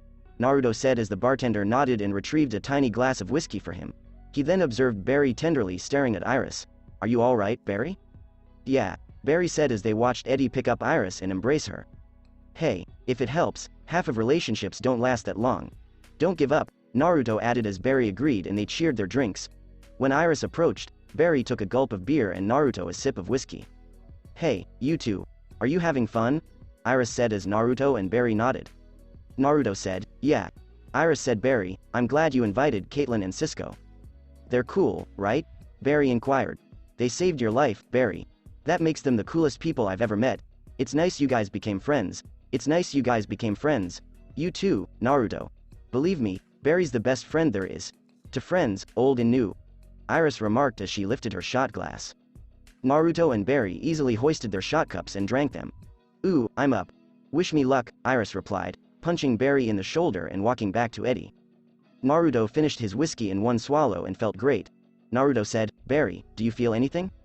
"No, not at all," Barry answered as the bartender poured 5 more shots and delivered them to him on a platter. Come on, come on." Barry and Naruto approached the table where Cisco and Caitlin were waiting. "Guys, I think we've got a problem," Barry said. "When guys like him exist, we all do," Cisco remarked, glancing at Eddie. Caitlin realized what she had said and added, "Yeah, he's so hot. I mean, genetically speaking. Because I'm a geneticist, of course. Oh my god, do I sound like Felicity?" "I'm not talking about Eddie. I'm talking about this," Barry stated as he slammed the 5 shots down in 3 seconds. "I can't feel anything." "Yeah, that's usually what happens when you drink too much," Cisco laughed with Caitlin. "No, that's not it. The alcohol isn't affecting us. I've been drinking with you guys and haven't gotten a buzz. I'm literally, completely fine," Naruto said. Caitlin unzipped her handbag and stated, "It's your hypermetabolism. I need a sample." "I'll get more shots," Cisco stated as he made his way to the bar. Caitlin said, "I swear I had a vacutainer in here." "Wait, you're carrying a blood collection kit in your purse?" Naruto inquired. Caitlin said, "You have your hobbies, and I have mine." Caitlin poked Naruto and Barry, drawing a little blood sample for subsequent testing. Cisco reappeared with a tray of shots, and they all drank. Cisco and Caitlin sensed it, but Naruto and Barry thought they were drinking water or juice. "Nothing?" Cisco inquired, shaking his head. No, this is ridiculous. I'm only 25 years old, and my drinking days are over," Barry said as Naruto glanced at him. "Oh no, you can't drink anymore at 25. Boo-hoo, Barry, you had 2 more years than I did," Naruto lamented as Caitlin patted his shoulder. "Okay, Alan. You're up," Eddie remarked as Barry stood up, but Eddie's phone rang. There was a bombing on Aiden Pass. "Sorry, babe, I had to leave." While Iris retrieved her purse, Naruto, Barry, Cisco, and Caitlin all exchanged glances and nodded. "I've got an early shift at Jitters. Barry, we'll catch up tomorrow," Iris said as she walked away. "It's getting late anyway, so I'm just gonna," Barry stated as Iris left the building, but as soon as she was out of sight, Naruto and Barry exited the building and Super raced to Star Labs, got their suits, and hurried to the building. They came to a halt in the alley adjacent to the building after seeing it. With fire and smoke erupting, the east side of the 15th story. Windows were demolished. They also saw a window washer on a broken platform. "Guys, there's a window washer, and he's about to fall," Flash said as Naruto put on his goggles and the device calculated how high he was. Naruto then turned it to thermal and discovered a security man trapped on the 15th level by the flames. That's not the only issue, we've got a security guard trapped on the 15th floor, Impulse said. The fire department will be there in 5 minutes, Cisco remarked as the flames spread. As Barry had an idea, Impulse replied, we don't have time. How fast would we need to go to run up the side of a building? Flash wondered. How far up do you need to go? Inquired Cisco. 55 meters, Cisco, Impulse replied as Cisco did some calculations, but the window washer's cables were going to break. Cisco, please hurry. Just run really fast and you'll be fine, Caitlin advised, but you have to maintain your velocity on the way down, or what? Flash inquired. Caitlin murmured as Naruto moaned, splat. Great. Okay, come on, Naruto. You can do it, he encouraged himself. He and Barry immediately set off sprinting as quickly as they could up the side of the building. The Flash rushed straight and grabbed the window washer, while Impulse turned and ran through a shattered window, grabbing the security guard and running back out. The Flash rushed back down the building's side, coming to a halt when he struck the ground and released go of the window washer. He was ready to escape when he saw Iris staring at him, so he immediately started vibrating his face so she wouldn't know him. After depositing the security guy next to the window washer, he bolted, and Impulse swiftly followed. Iris was taken aback as she saw 2 bolts of lightning pass her, one with dark yellow lightning and the other with white and red lightning. Wow, Iris said. XXXXX line break. Barry and the CCPD were all over the bombing the next morning. They had expended all of their efforts on this in case it was a terrorist attack, but the first idea was that it wasn't. As Joe finished with the building security, Barry started collecting samples. Joe said, Barry, what have you got? Bombers typically have their own unique signatures. Crimped wires, fragmentation. Once I've analyzed it, the level of sophistication is telling. You show me a bomb, I can find a clue in it, Barry said. It sounds like there's going to be a but, Joe said. Yeah, I haven't found any sign of an oxidizing agent. It's as if the floor blew up on its own, Barry said. Joe said, things just don't blow up. Did Naruto see anything up here when he was up here? No, he just saw fire, no sign of a bomb, no sign of the bomber, Barry said as Eddie approached them. Security guard said our bomber was a woman with red hair. Also, cut the security camera feed. There's no footage. But there could be something else, Eddie added as they moved closer to a room with a shattered door handle. A small charge detonated and blew off the door handle. They entered the area to see rows of filing cabinets. Any idea what's missing? Joe inquired. My guess is one of these files, Eddie continued, but it'll take days to figure out which one. Let Barry do his thing, Joe replied as he and Eddie walked away. Barry utilized his super speed to go through the file cabinets for whatever was missing. But nothing was amiss from the first 10 cabinets until he discovered an empty VA file holder with the serial number on it. Barry gathered all of the evidence and returned to the CCPD. Joe and Eddie entered the CCPD and went to their workstations, only to see 3 U.S. military men standing outside Captain Singh's office and Captain Singh talking to someone. Joe glanced to Officer Vukovic for clarification. What's going on? Inquired Joe. I'm not sure, but they came in like they owned the place, Officer Vukovic stated as Captain Singh walked out of his office with the guy he was conversing with. He was dressed like an army general, complete with insignia. Singh waved for Joe and Eddie to come over. As General Eiling shook Joe's hand, Singh continued, General Eiling, this is Detective West. Eiling addressed him as Detective. What's this all about? Joe inquired. The army is taking over the investigation into the bombing, Singh added. I'll need everything you have, Eiling stated, physical evidence, photographs, witness interviews, and all your personal notes. In nearly 20 years on the job, I've never heard of the army investigating anything civilian, Joe stated. She's not a civilian, she's one of us, Eiling said as Joe agreed. We'll send over whatever we have, Joe remarked, as Eiling grinned and nodded. Very kingly of you, but I think we'll take it now, Eiling remarked, looking at Singh. Singh responded, give them what they want, Joe. You heard them, Joe, give me what I want, Eiling remarked, nodding to Joe. He turned to retrieve some of the boxes and exchanged a worried glance with Eddie. As Barry entered the elevator, they gave him all of the information. Hey, what's going on? Questioned Barry. General Eiling has relieved us of the bombing case. Give these men everything relevant, Joe said. Sure thing, yeah, Barry responded as he handed the evidence box to a soldier. They walked away after he removed it, but Barry swiftly snatched the evidence bag containing the VA file. You and a few civilians from STAR labs might want to look into that, Joe said. I believe we will, Barry said as he walked away. Naruto had completed an early morning lesson and gone over to STAR labs for some further training while Barry was investigating the murder scene. Cisco was more than glad to assist him, and he had a wonderful surprise in store for him. Naruto changed his gym clothes as he entered one of Cisco's old scientific laboratories converted into a training area. He came in to see Cisco and Dr. Wells peering through a glass pane in the next room. "We're not training my speed this time?" Naruto inquired. "No, today we're training your reflexes and your mind's ability to think in stressful situations," Dr. Wells replied over the intercom. "Now, young Padawan, if you'll step onto the X in the middle of the room, we can begin," Cisco remarked as Naruto did.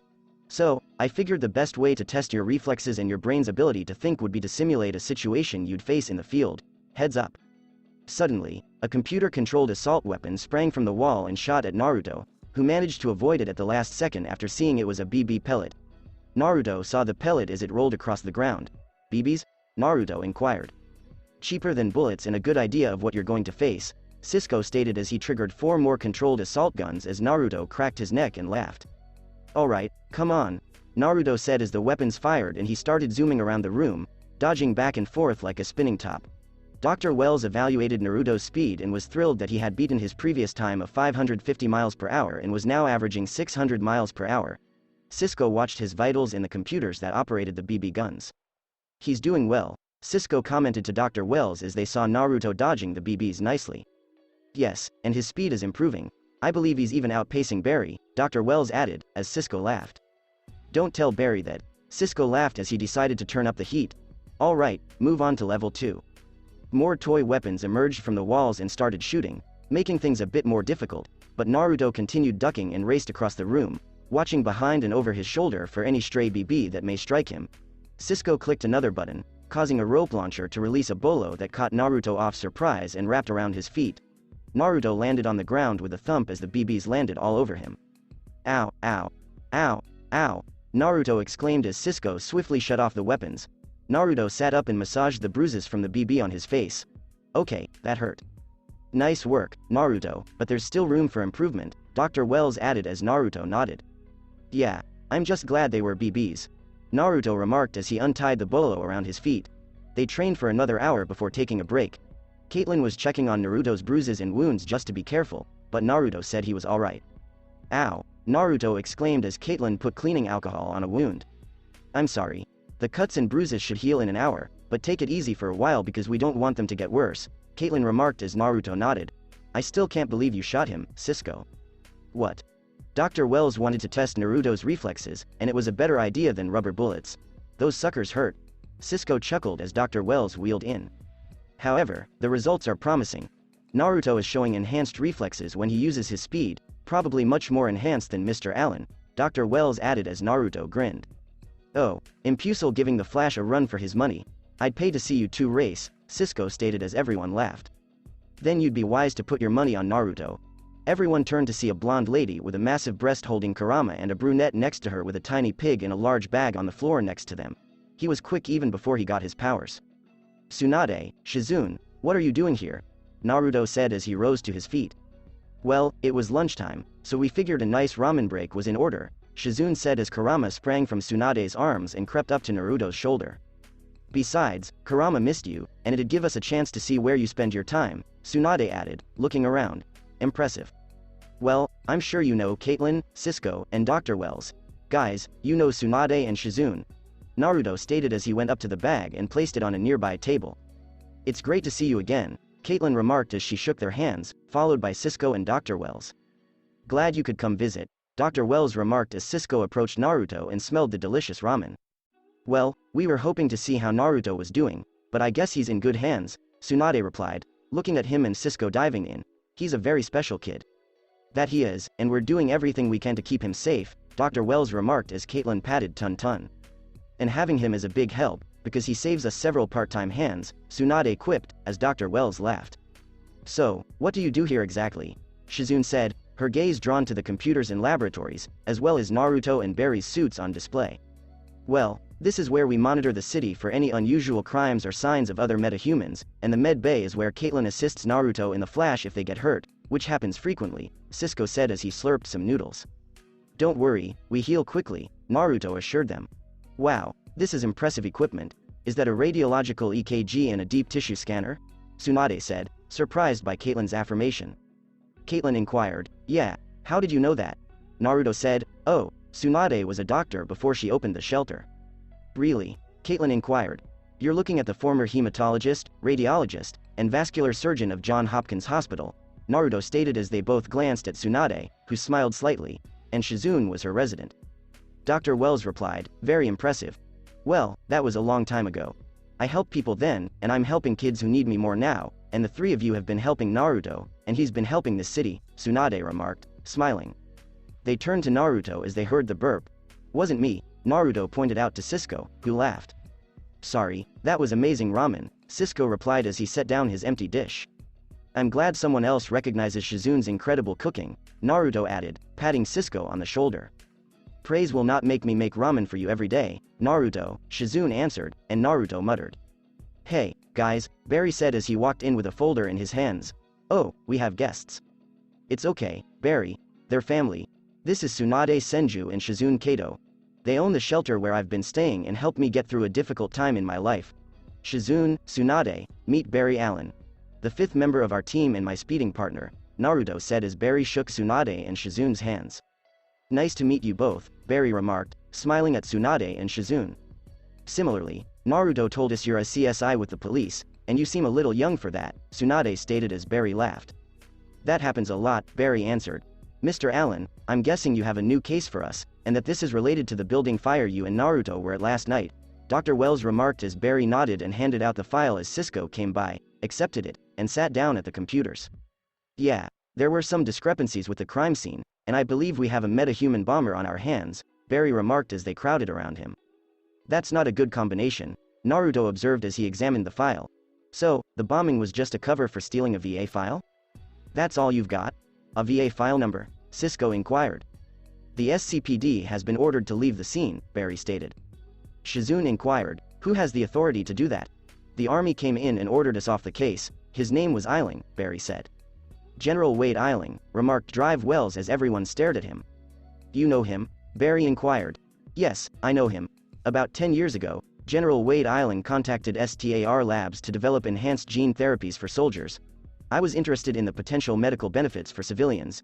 General Eiling really wanted to develop mind-reading capabilities for interrogation purposes. Dr. Wells said as Caitlin and Naruto remembered something. Wait, I think I remember that. Yeah, I remember my dad being in a really bad mood for a year when you were working on these experiments. He wasn't happy, and I think he got into a fight at one point because my mom chastised him for throwing a punch, Naruto said as Dr. Wells looked at him.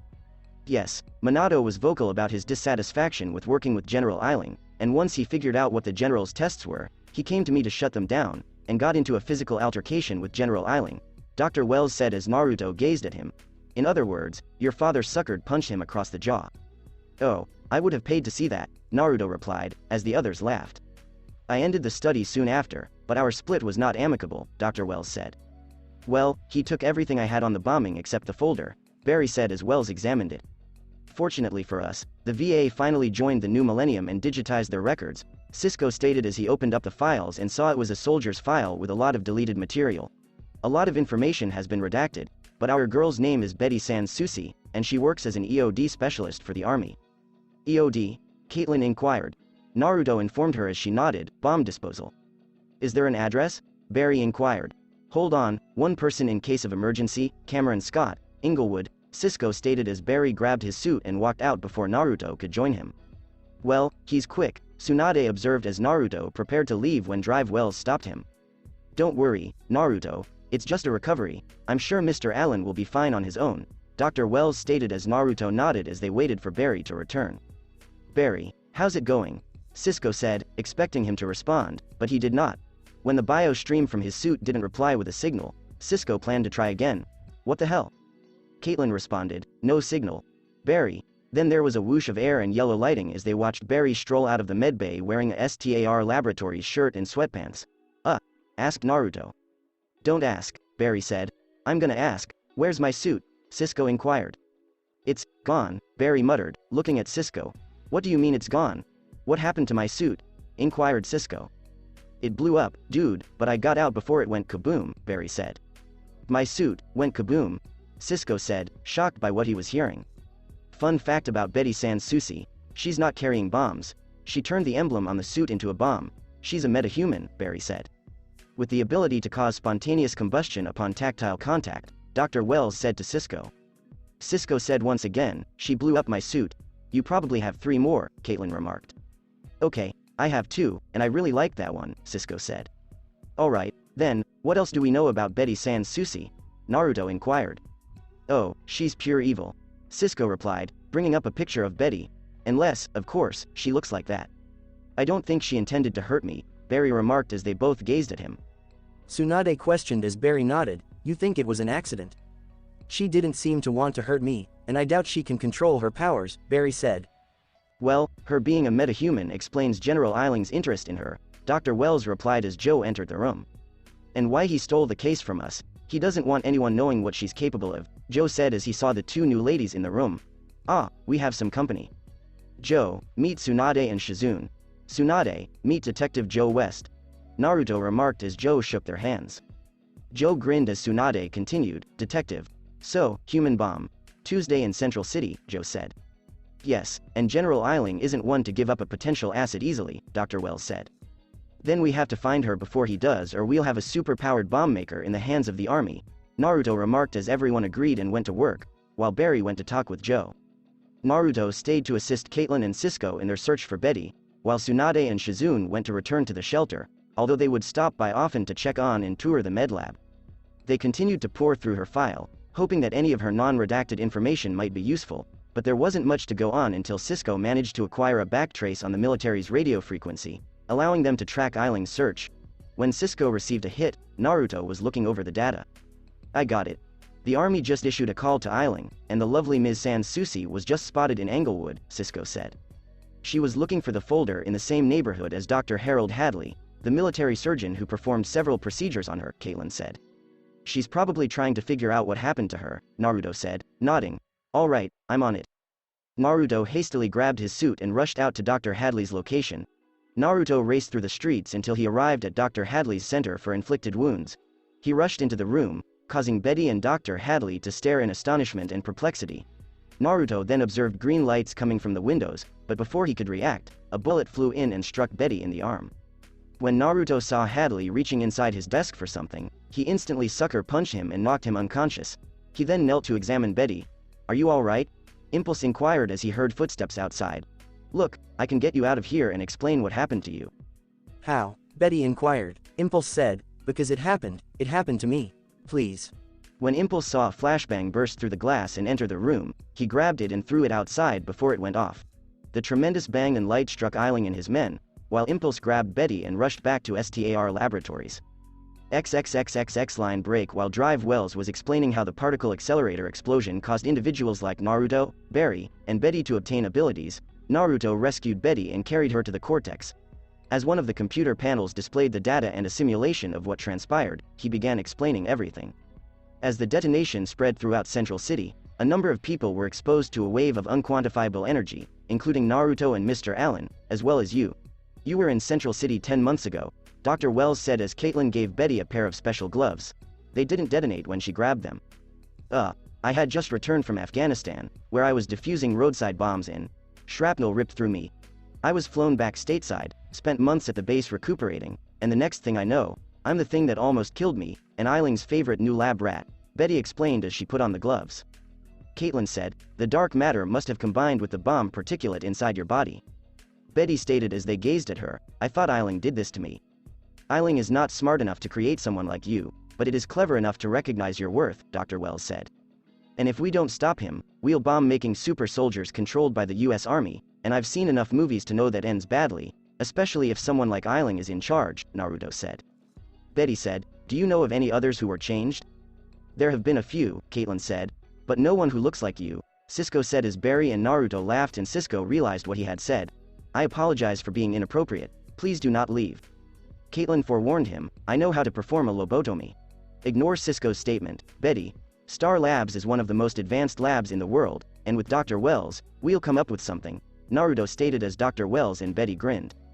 Betty was transferred to one of the med labs and sat on the gurney as they ran rudimentary scans of her body and molecular structure for their testing and to find out how her abilities functioned. Dr. Wells said, her cellular structure is unlike anything I've ever seen before. Caitlin said as they examined the images, and her nitrogen levels are off the charts. Do you think that's the source of her power? Naruto inquired. It's a possibility, Dr. Wells remarked. In order to help her, we need to understand her power, and in order to understand her power, we need to study her in action. Do you want her to blow things up? Yes, now we're talking, Cisco said. She's too unstable to be in here, Dr. Wells said. Cisco said, I know you're aware, Dr. Wells answered. Caitlin entered the lab to check on Betty and set up some tests. So, this is your life now, huh? Testing people like me? Betty inquired. I didn't expect to be stopping people like you, Caitlin stated as she readied a syringe to collect a blood sample. Actually, aside from Barry and Naruto, you're the first metahuman that we've tested. Metahuman? Betty inquired. When Caitlin observed Betty was bleeding, she responded, it's just a term. Oh my goodness, what happened? Betty shot a gunshot wound by rolling up her sleeve. Caitlin questioned, why didn't you say you were shot? It just grazed me, Betty said as Caitlin examined her more closely and discovered anything. There's something in there, Caitlin stated as Naruto and Dr. Wells became concerned. Caitlin delicately extracted a little spherical item from her wound with tweezers. Betty remarked, frightened, a tracker. Oh crap, Naruto said as the proximity alert went off. He examined the cams and saw General Eiling approaching with a squad of armed troops. Lock down the pipeline, get Betty out of here, and I'll take care of Eiling, Dr. Wells remarked as Cisco prepared the vehicle and Naruto departed to lock down the pipeline while Barry assisted Caitlin with Betty. They exited via a hidden door and drove the STAR Laboratories truck back to the location where they initially tested Barry's speed while Drive Wells dealt with Eiling. Dr. Wells proceeded to the STAR Laboratories main lobby to see General Eiling and found him there with a squad of armed troops. How the mighty have fallen, Harrison Wells, General Eiling stated smugly as Dr. Wells maintained his calm manner. General, Dr. Wells replied as the troops started searching the building along the hallway. Star Labs. Oh, this place used to be so important. Tell me, what does one do after such a spectacular public failure? General Eiling said. One adapts, evolves, takes a step back to prioritize one's focus, and becomes intent on reversing one's fortune, Dr. Wells stated, smirking. Eiling noted, always the idealist. A trait I inherited from some very good friends, Dr. Wells said as he and Eiling heard footsteps and saw Naruto enter. Dr. Wells, I just wanted to see what was keeping you, but when I saw the soldiers pass by, I should have figured, Naruto stated, clenching his fist, when Drive Wells shook his head no, stopping Naruto from doing something dumb. It's fine, Naruto. Just greeting our uninvited guest, Dr. Wells answered as Naruto approached him. I guess it's too late to ask if you have a warrant to be on private property? Naruto joked, looking at the two guys standing near the elevator. Do you think we need one? Eiling chuckled as he examined Naruto from head to toe. Where else would I expect to see you, Naruto Namikaze, son of two of this country's greatest scientists?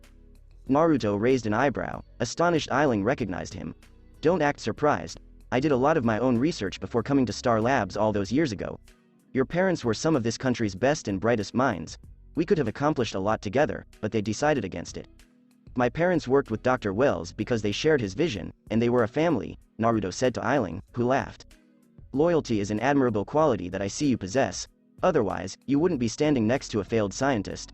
You could have made a big difference if you joined the military and put that mind of yours to work on saving this country, Eiling added. I'd rather make a difference by assisting the country's advancement than by taking lives, Naruto said. I see you're following your parents' ideals, and look where that led. Eiling stated as Dr. Wells watched Naruto becoming more agitated and decided to intercede before Naruto did anything bad. Dr. Wells said, what do you want, Wade? Where's my help? Eiling said as Dr. Wells shrugged. Dr. Wells said, I have no idea what you're talking about. We tracked her down, Harrison. Turn her over before the rest of your precious palace crumbles, Eiling said. Dr. Wells shook his head, saying, Wade, Wade, Wade. As Eiling passed Drive Wells, he beckoned for his soldiers to advance. You and I could have changed the world, but I guess you're happy where you are, Eiling stated as he walked by Dr. Wells and Naruto. Dr. Wells could see little bolts of lightning form when Naruto clenched his fist in fury, so he patted Naruto on the shoulder to calm him down. God, I wanted to punch him after the way he talked about my parents, Naruto remarked, nodding at Dr. Wells. I know, and a part of me wanted you to, but General Eiling is well protected, and even with your powers, there are enemies you can't fight, Dr. Wells replied as Naruto nodded. Any ideas on how to get Eiling out of Central City without giving up Betty? Naruto inquired. Dr. Wells replied as they returned to the lab, I'm working on it. While Naruto and Dr. Wells led General Eiling astray, Barry, Cisco, and Caitlin investigated Betty. Barry discovered that Iris used her identity on her blog about the streak, putting her in risk. He had previously attempted to persuade her out of doing this, but this just encouraged her to take this blog seriously. Now, Barry needed a fresh plan to deal with Iris. And he had one.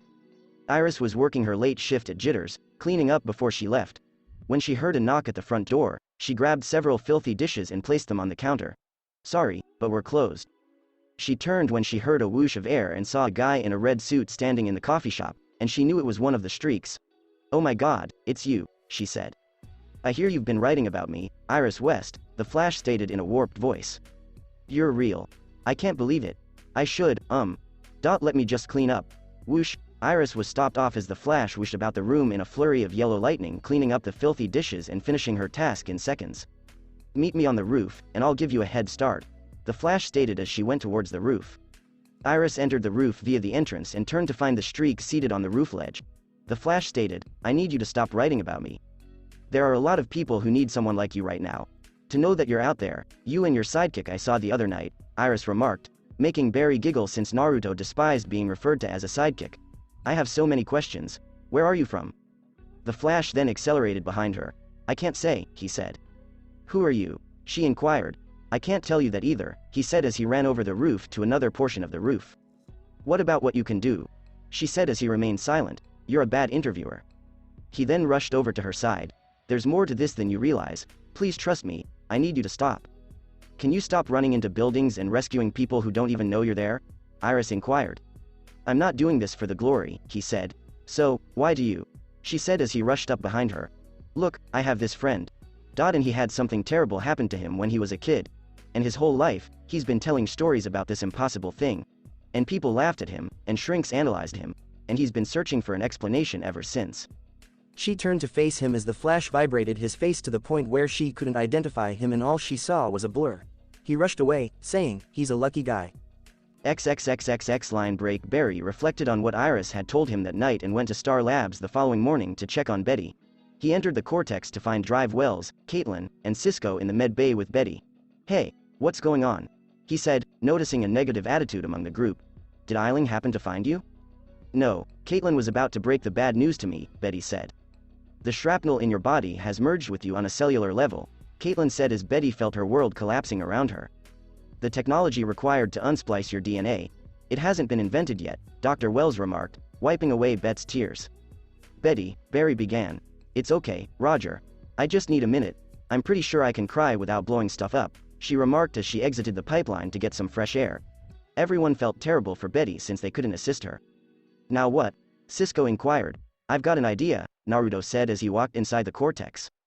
"Naruto, I know you want to help her, but there isn't anything we can do right now to get rid of her powers," Dr. Wells said. "I know, but how about we suppress them until we can do something?" Naruto said. "How could we do that?" Caitlin said as he displayed some illustrations as well as basic elemental and energy calculations. "We developed something to suppress her powers. We have all the scans and data on her, and now we can develop a set of power-dampening cuffs or bracelets to suppress her powers so she's not a ticking time bomb," Naruto said as they looked over the design and calculations, and it was possible if enough tests were run. "This could work," murmured Cisco as Dr. Wells groaned and wiped his brow. "Please, Dr. Wells, we have nothing to lose," Naruto stated as Dr. Wells grudgingly agreed. "But it's only a band-aid. Betty won't be safe if she leaves the Star Labs," Caitlin said. "So she joins us, she becomes a member of the team," Barry said. Caitlin told him, "Barry, you and Naruto have an amazing ability to help people. She makes things explode." "She's the first metahuman who isn't dead set on destroying the city," Barry said. Dr. Wells said, "She's far too dangerous. If we can make the power-dampening device, she won't be a threat, and we won't throw her in the pipeline," Naruto said. "I'm not suggesting she go in, and even if we could develop the power-dampening cuffs, it would only be a temporary solution," Dr. Wells remarked. "But if she stayed at Star Labs, it would put all of us at risk." "From who, Eiling?" Barry inquired. "Eiling is a dangerous man, Barry, and we don't want him as an enemy," Dr. Wells said. "Well, we can't let Eiling take her. If he gets her, we'll just leave her to be turned into a lab rat," Naruto said. "And what alternative is there?" Dr. Wells inquired. "Maybe we can set her up with a new identity. Felicity can probably do that. It'll keep her safe and we can throw Eiling off her trail and get him out of Central City. The longer he stays, the more likely he'll find out about Barry and me, and I don't want to be the next on his little witch hunt," Naruto said as everyone nodded. "Time will tell, Naruto, but for the time being, let's see if we can work on those dampening cuffs you mentioned," Dr. Wells stated as they began to work. They worked all day on the power-dampening cuffs for Betty, and given her body scans, there was a chance it may work. It would just take time. While Naruto worked with Caitlin and Cisco, Barry departed at 6 p.m. to return to the CCPD. Naruto used his talents to speed Red to Cisco's level so he wasn't slowing him down.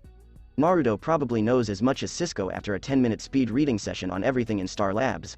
Probably not as much, but enough for him to assist. Cisco returned home at 11 p.m. to rest before returning to work first thing in the morning. Naruto remained around a bit longer to work on the cuff's energy problem. The cuffs would generate a low-level energy wave, preventing her body from converting the high quantity of nitrogen in her body to nitrate. When she touches anything, the nitrate most likely oxidizes quickly in the item, causing a fast oxidation of carbon compounds and the release of huge volumes of gases, as in gunpowder. The energy wave would now halt the oxidation process, but the cuffs needed a power supply. He could utilize a charging system to power the cuffs, but it would have to be a hefty battery. Naruto took some schematic papers and was wandering through Star Labs looking for drive wells and getting some assistance before going home to sleep. He was searching for drive wells and couldn't find him in his office, so he assumed he was somewhere in the brain. If he wasn't, he probably went home, but it didn't harm to double check. Naruto was heading to the brain when he heard voices and recognized Betty and Dr. Wells. "Cisco?" Betty exclaimed as she examined her body scans and turned to face Drive Wells. "He went home, and I think our young Cisco has a crush on you," Dr. Wells stated as he turned over to her. Naruto was listening and decided not to interfere until Drive Wells had finished speaking since he didn't want to disrupt an important or wise talk. Betty said, "I'm not sure I'm prize-winning date material anymore. Change is difficult, and the same accident that changed you put me in this chair," Dr. Wells said. "I'm sorry, I didn't know," she said. "I don't tell you that story to gain sympathy. I tell it to illustrate a larger point," Dr. Wells said. "And what is the point of that?" Betty inquired. "That I would do anything. To reclaim what I lost, as would you," Dr. Wells said solemnly. Naruto knew this tone as Dr. Wells's when he was really serious, and it worried him at times since Drive Wells appeared to be a different person when he talked in this tone. "I would, but I'm not sure how," Betty said. "Naruto's determined to design a pair of power-dampening cuffs so you're no longer a hazard to the people around you, and I'll work with him as long as I can, but you know it's not a permanent solution," Dr. Wells stated, looking at her. "Do I understand correctly that you soldiers call yourselves sheepdogs?" Betty described herself as happy and normal until someone attacks our flock. "Every good person who was changed that night, people like you. People like Naruto, Barry Allen, those people are your flock now," Betty, Dr. Wells remarked. "Unless you stop him. You know your job, Sergeant. Kill Eiling. One last mission. And then you're done." Dr. Wells just informed Betty that she should murder Eiling. Naruto couldn't believe it. He could see why it might be required, but it was Plan Z, the very last resort if no other options were available. When Naruto saw Betty approaching, he decided to call it a night and go. Naruto returned home to rest and clear his mind of what he had heard. He awoke the following morning, completed his schoolwork in 5 minutes, and then performed some housework for Tsunade before returning to Star Labs. He entered the brain to see Caitlin cuddling Cisco. Naruto inquired, "What happened?" Caitlin said, "Betty. She left." As Dr. Wells turned in, Naruto said, "Left? Where did she go?"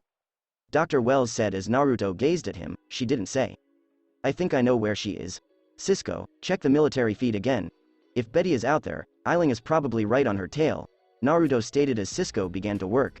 It took him a bit longer than usual since he had to ensure that the military couldn't track his hack, but he got it done. "I tapped into the military's radio feed. It appears they've gone to the waterfront after Eiling received a call from Betty. She's turning herself in," Cisco remarked as Naruto peered at the screen. "No, she's not. She's doing something else," Naruto answered as he grabbed his suit and dashed to the shore, leaving Drive Wells staring at Naruto's lightning trail. "Please allow him to arrive on time," Cisco urged. Naruto hurried across the city and to the coastline, where he spotted multiple military vehicles and little smokestacks from explosions. He saw a dozen troops on the ground, unconscious, and Betty heading towards someone with her hand out, so he abruptly came to a halt in front of her in a whoosh of air. Betty said, "What are you doing here? Stopping you. There's a difference between fighting a war and cold-blooded murder, even if it's Eiling. Don't let him turn you into a monster," Naruto shouted as Betty fell to the ground. Naruto's eyes filled with wrath as lightning flashed through them as he rushed up to Eiling and sucker punched him across the face, knocking him out cold. He then knelt before Betty and removed his mask. "I'm sorry, but I didn't see the gun." Betty smiled at Naruto as he attempted to stop the bleeding. "Don't be silly, it's not your fault. I'm glad you stopped me," Betty remarked with a grin. "Hold on, I'll get you to Star Labs, and Caitlin will take care of you," Naruto shouted as Betty grasped his hands. "Naruto. Dr. Wells, he. Betty tried to utter as Naruto sensed what she was thinking. "I know. I know, Naruto muttered as he nodded, and Dr. Wells, who was listening in, wrinkled his brows. Betty smiled at Naruto before closing her eyes and tilting her head to the side. When Naruto spotted her shining, he sighed in sorrow at her demise. Guys, we've got a problem. Is Betty okay? Cisco inquired. No, Aileen killed her. She's glowing, and I think she's going to detonate, Naruto said. Oh, my god. An explosion of that size would be devastating, Dr. Wells replied, concluding Caitlin's statement. You have to get her out of the city, Naruto, Caitlin said. I don't think that'll work. I won't be able to get her out of the city in time, Naruto stated as he stared out the window at the coastline. I have an idea. Can I run on water? I have enough speed to run up a building. How fast do I need to go to run on water? Assuming your weight, 0.450 pounds of force per step for vertical suspension, accounting for fluid drag. Dr. Wells finished Cisco's math. Approximately 700 miles per hour, too. But that's not all. Once you get Betty out of the city, you have to outrun the blast or you'll die as well, Cisco said as Naruto nodded. Naruto took a breath, put on his mask, and embraced Betty. He then rushed ahead, his lightning trail after him as he ran on water, hitting 700 miles per hour and pushing up a wave of water as he went. Cisco, Caitlin, and Dr. Wells were looking at the monitor, which was monitoring Naruto's suit's tracker as he ran out to the water. Naruto made it a mile offshore, put Bet's corpse in the ocean, and sprinted back to the city as quickly as he could. When he was a quarter mile away from Betty, a massive undersea explosion erupted, creating a 500-foot-high water cloud. With the explosion, a massive tidal surge of water flowed in all directions as Naruto sprinted back to the earth as quickly as he could. When Naruto turned back and saw the tidal wave approaching, he pushed himself as hard as he could, feeling himself tap into the same energy he felt earlier on the cosmic treadmill when he had that wave of images. Rahhhhhhhhhhh. Naruto exclaimed as he rocketed forward like a rocket, causing a huge sonic boom as he landed safely on the ground. Naruto removed his mask since he was having trouble breathing and glanced out to the ocean, where he saw the explosion had dispersed and the tidal wave had changed into a little ripple of water as it approached the city. Naruto, are you okay? Caitlin said as Naruto touched his comms. I'm fine. I'm heading back to Star Labs, Naruto stated as he hurried back. XXXXX line break. Naruto and the others were in the Cortex, watching a news coverage about the river explosion, and General Ailing was being questioned, but he quickly covered himself. Nothing unusual happened.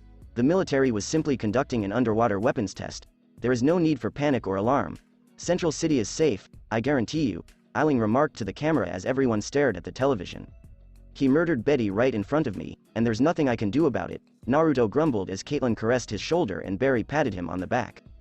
Dr. Wells said, powerful men have a way of avoiding consequences. Bet's death will not be in vain. Ailing will get what he deserves eventually, Naruto remarked as he turned back and Caitlin glanced at him. Are you okay? Caitlin said as Naruto grinned. I'm fine. I'll see you guys later, Naruto answered, grabbing his jacket and exiting the room as Dr. Wells gazed at him. As he approached the elevator, Naruto put on his jacket and adjusted his collar. I heard everything you said to Betty, Naruto remarked as he turned to face Drive Wells. Naruto zipped up his jacket and remarked, I figured you were listening in. You sent her on a killing mission. I only told Betty the truth, Naruto, and I thought I saw a way to keep you safe from Ailing, Dr. Wells said as Naruto gazed at him. Keep me safe? Naruto asked. You sent her to kill him. You said it yourself. Ailing was a danger to you, Mr. Allen, Betty, and every other poor person who was changed the night the accelerator exploded. Ailing is a tactical genius, and when he sets his sights on a target, nothing short of a godly intervention will stop him. It was only a matter of time before he discovered you and Mr. Allen, and once that happened, he will become obsessed with catching you, Dr. Wells said. Then we'd do something else. Adapt and find a way to stop him, not kill someone in cold blood, Naruto responded, smirking. And I admired your attitude and your beliefs, Naruto, Dr. Wells added as Naruto nodded. But you should remember what your parents and I told you about the world when you decided to go to college to pursue your degree in physics. I know. Just because we can change the world for the better doesn't mean people will change, Naruto said. And it's one lesson you must remember. I know the future has big plans for you, both as a scientist and as Impulse, but that means there will be people around every corner trying to break you down or take advantage of you. Look at the people already in the world. Simon Stagg, General Ailing, Dr. Thaddeus Savannah. The list can go on, and these people, once they see your potential, will be there to tear you apart until there is nothing left. Naruto informed him, you're being cynical. I'm being realistic, Dr. Wells answered. You know me, Naruto, I've always been a realist, and so were your parents. They did a lot to change the world, but they understand above all that some people don't change. I understand that, Naruto continued, but going after Eiling in cold blood. And there's the fact that you kept it from the rest of us. Eiling has enough innocent blood on his hands that it would have been what he deserved, and I kept this from you and the others because I didn't want you all to bear the burden of what would happen if we succeeded. Betty was a soldier who had seen combat and was better suited for the task, Dr. Wells said as Naruto began to calm down and understand Wells' thoughts. You know I'd never do something like this unless it was to keep you safe. My main goal is to protect you and everyone else here. I know, Dr. Wells, I know, it's just that. I have these amazing powers to help people, and in that moment. Sighs. I never felt more powerless, Naruto said as Dr. Wells approached Naruto's side. I understand. When I see you run out to protect the city, I feel like it should be my burden to bear, but instead I'm confined to this chair. Bet's death is my burden to bear, but Eiling is the one who pulled the trigger, and you tried to save her, Dr. Wells remarked as Naruto nodded. Don't let Bet's death burden you. Honor her memory by ensuring that nothing like this ever happens again. You're already on your way. What do you mean? Dr. Wells inquired as he gave Naruto a datapad. Today was the fastest you've ever run. You achieved Mach 1, Dr. Wells stated as Naruto glanced at his suit statistics, which showed his speed today was 334 meters per second or 767 miles per hour. Naruto said, I broke the sound barrier. I didn't think that was even possible. It is. You accomplished something incredible today, Naruto, and only a few months after first gaining your powers, Dr. Wells stated as Naruto nodded. And I'll keep pushing myself, Dr. Wells. I'll honor Bet's death and make you proud, Naruto replied with a grin on his face. And my first step is to get some sleep, and I'll see you tomorrow. Dr. Wells stayed in the cortex for a little longer to look at the scans from Bet's body and on Naruto's recent achievement while Naruto exited Star Labs. He heard a monitor beep and watched video footage from the elevators of General Eiling approaching him. Dr. Wells stood in the elevator lobby as Eiling exited the elevator. Dr. Wells said, What do you want? Wait. I was wrong about you, Harrison. You're still one step ahead, which is impressive for a man who can't use his legs, Eiling added. I'm afraid I don't understand what you're saying, Wade, Dr. Wells said. A girl who can turn ordinary objects into explosive with the touch of her hand. Today I saw a man who can move faster than the blink of an eye. Extraordinary. The night your particle accelerator died was the night the impossible was born. Eiling said as Dr. Wells frowned. If that fails, I'll take that Naruto kid instead. He's smart enough to help me, and I'm confident I can make him more compliant than his parents. Dr. Wells advised him, I think you should leave right now, General. Eiling warned him, saying, You know I can have a squadron of soldiers here in minutes to take you and him by force, if necessary. I can have an army of press here.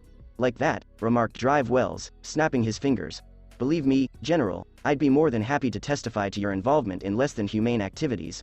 Threaten me or Naruto Namikaze ever again. And I'm not talking about your career. As he hit the elevator button, Eiling scowled.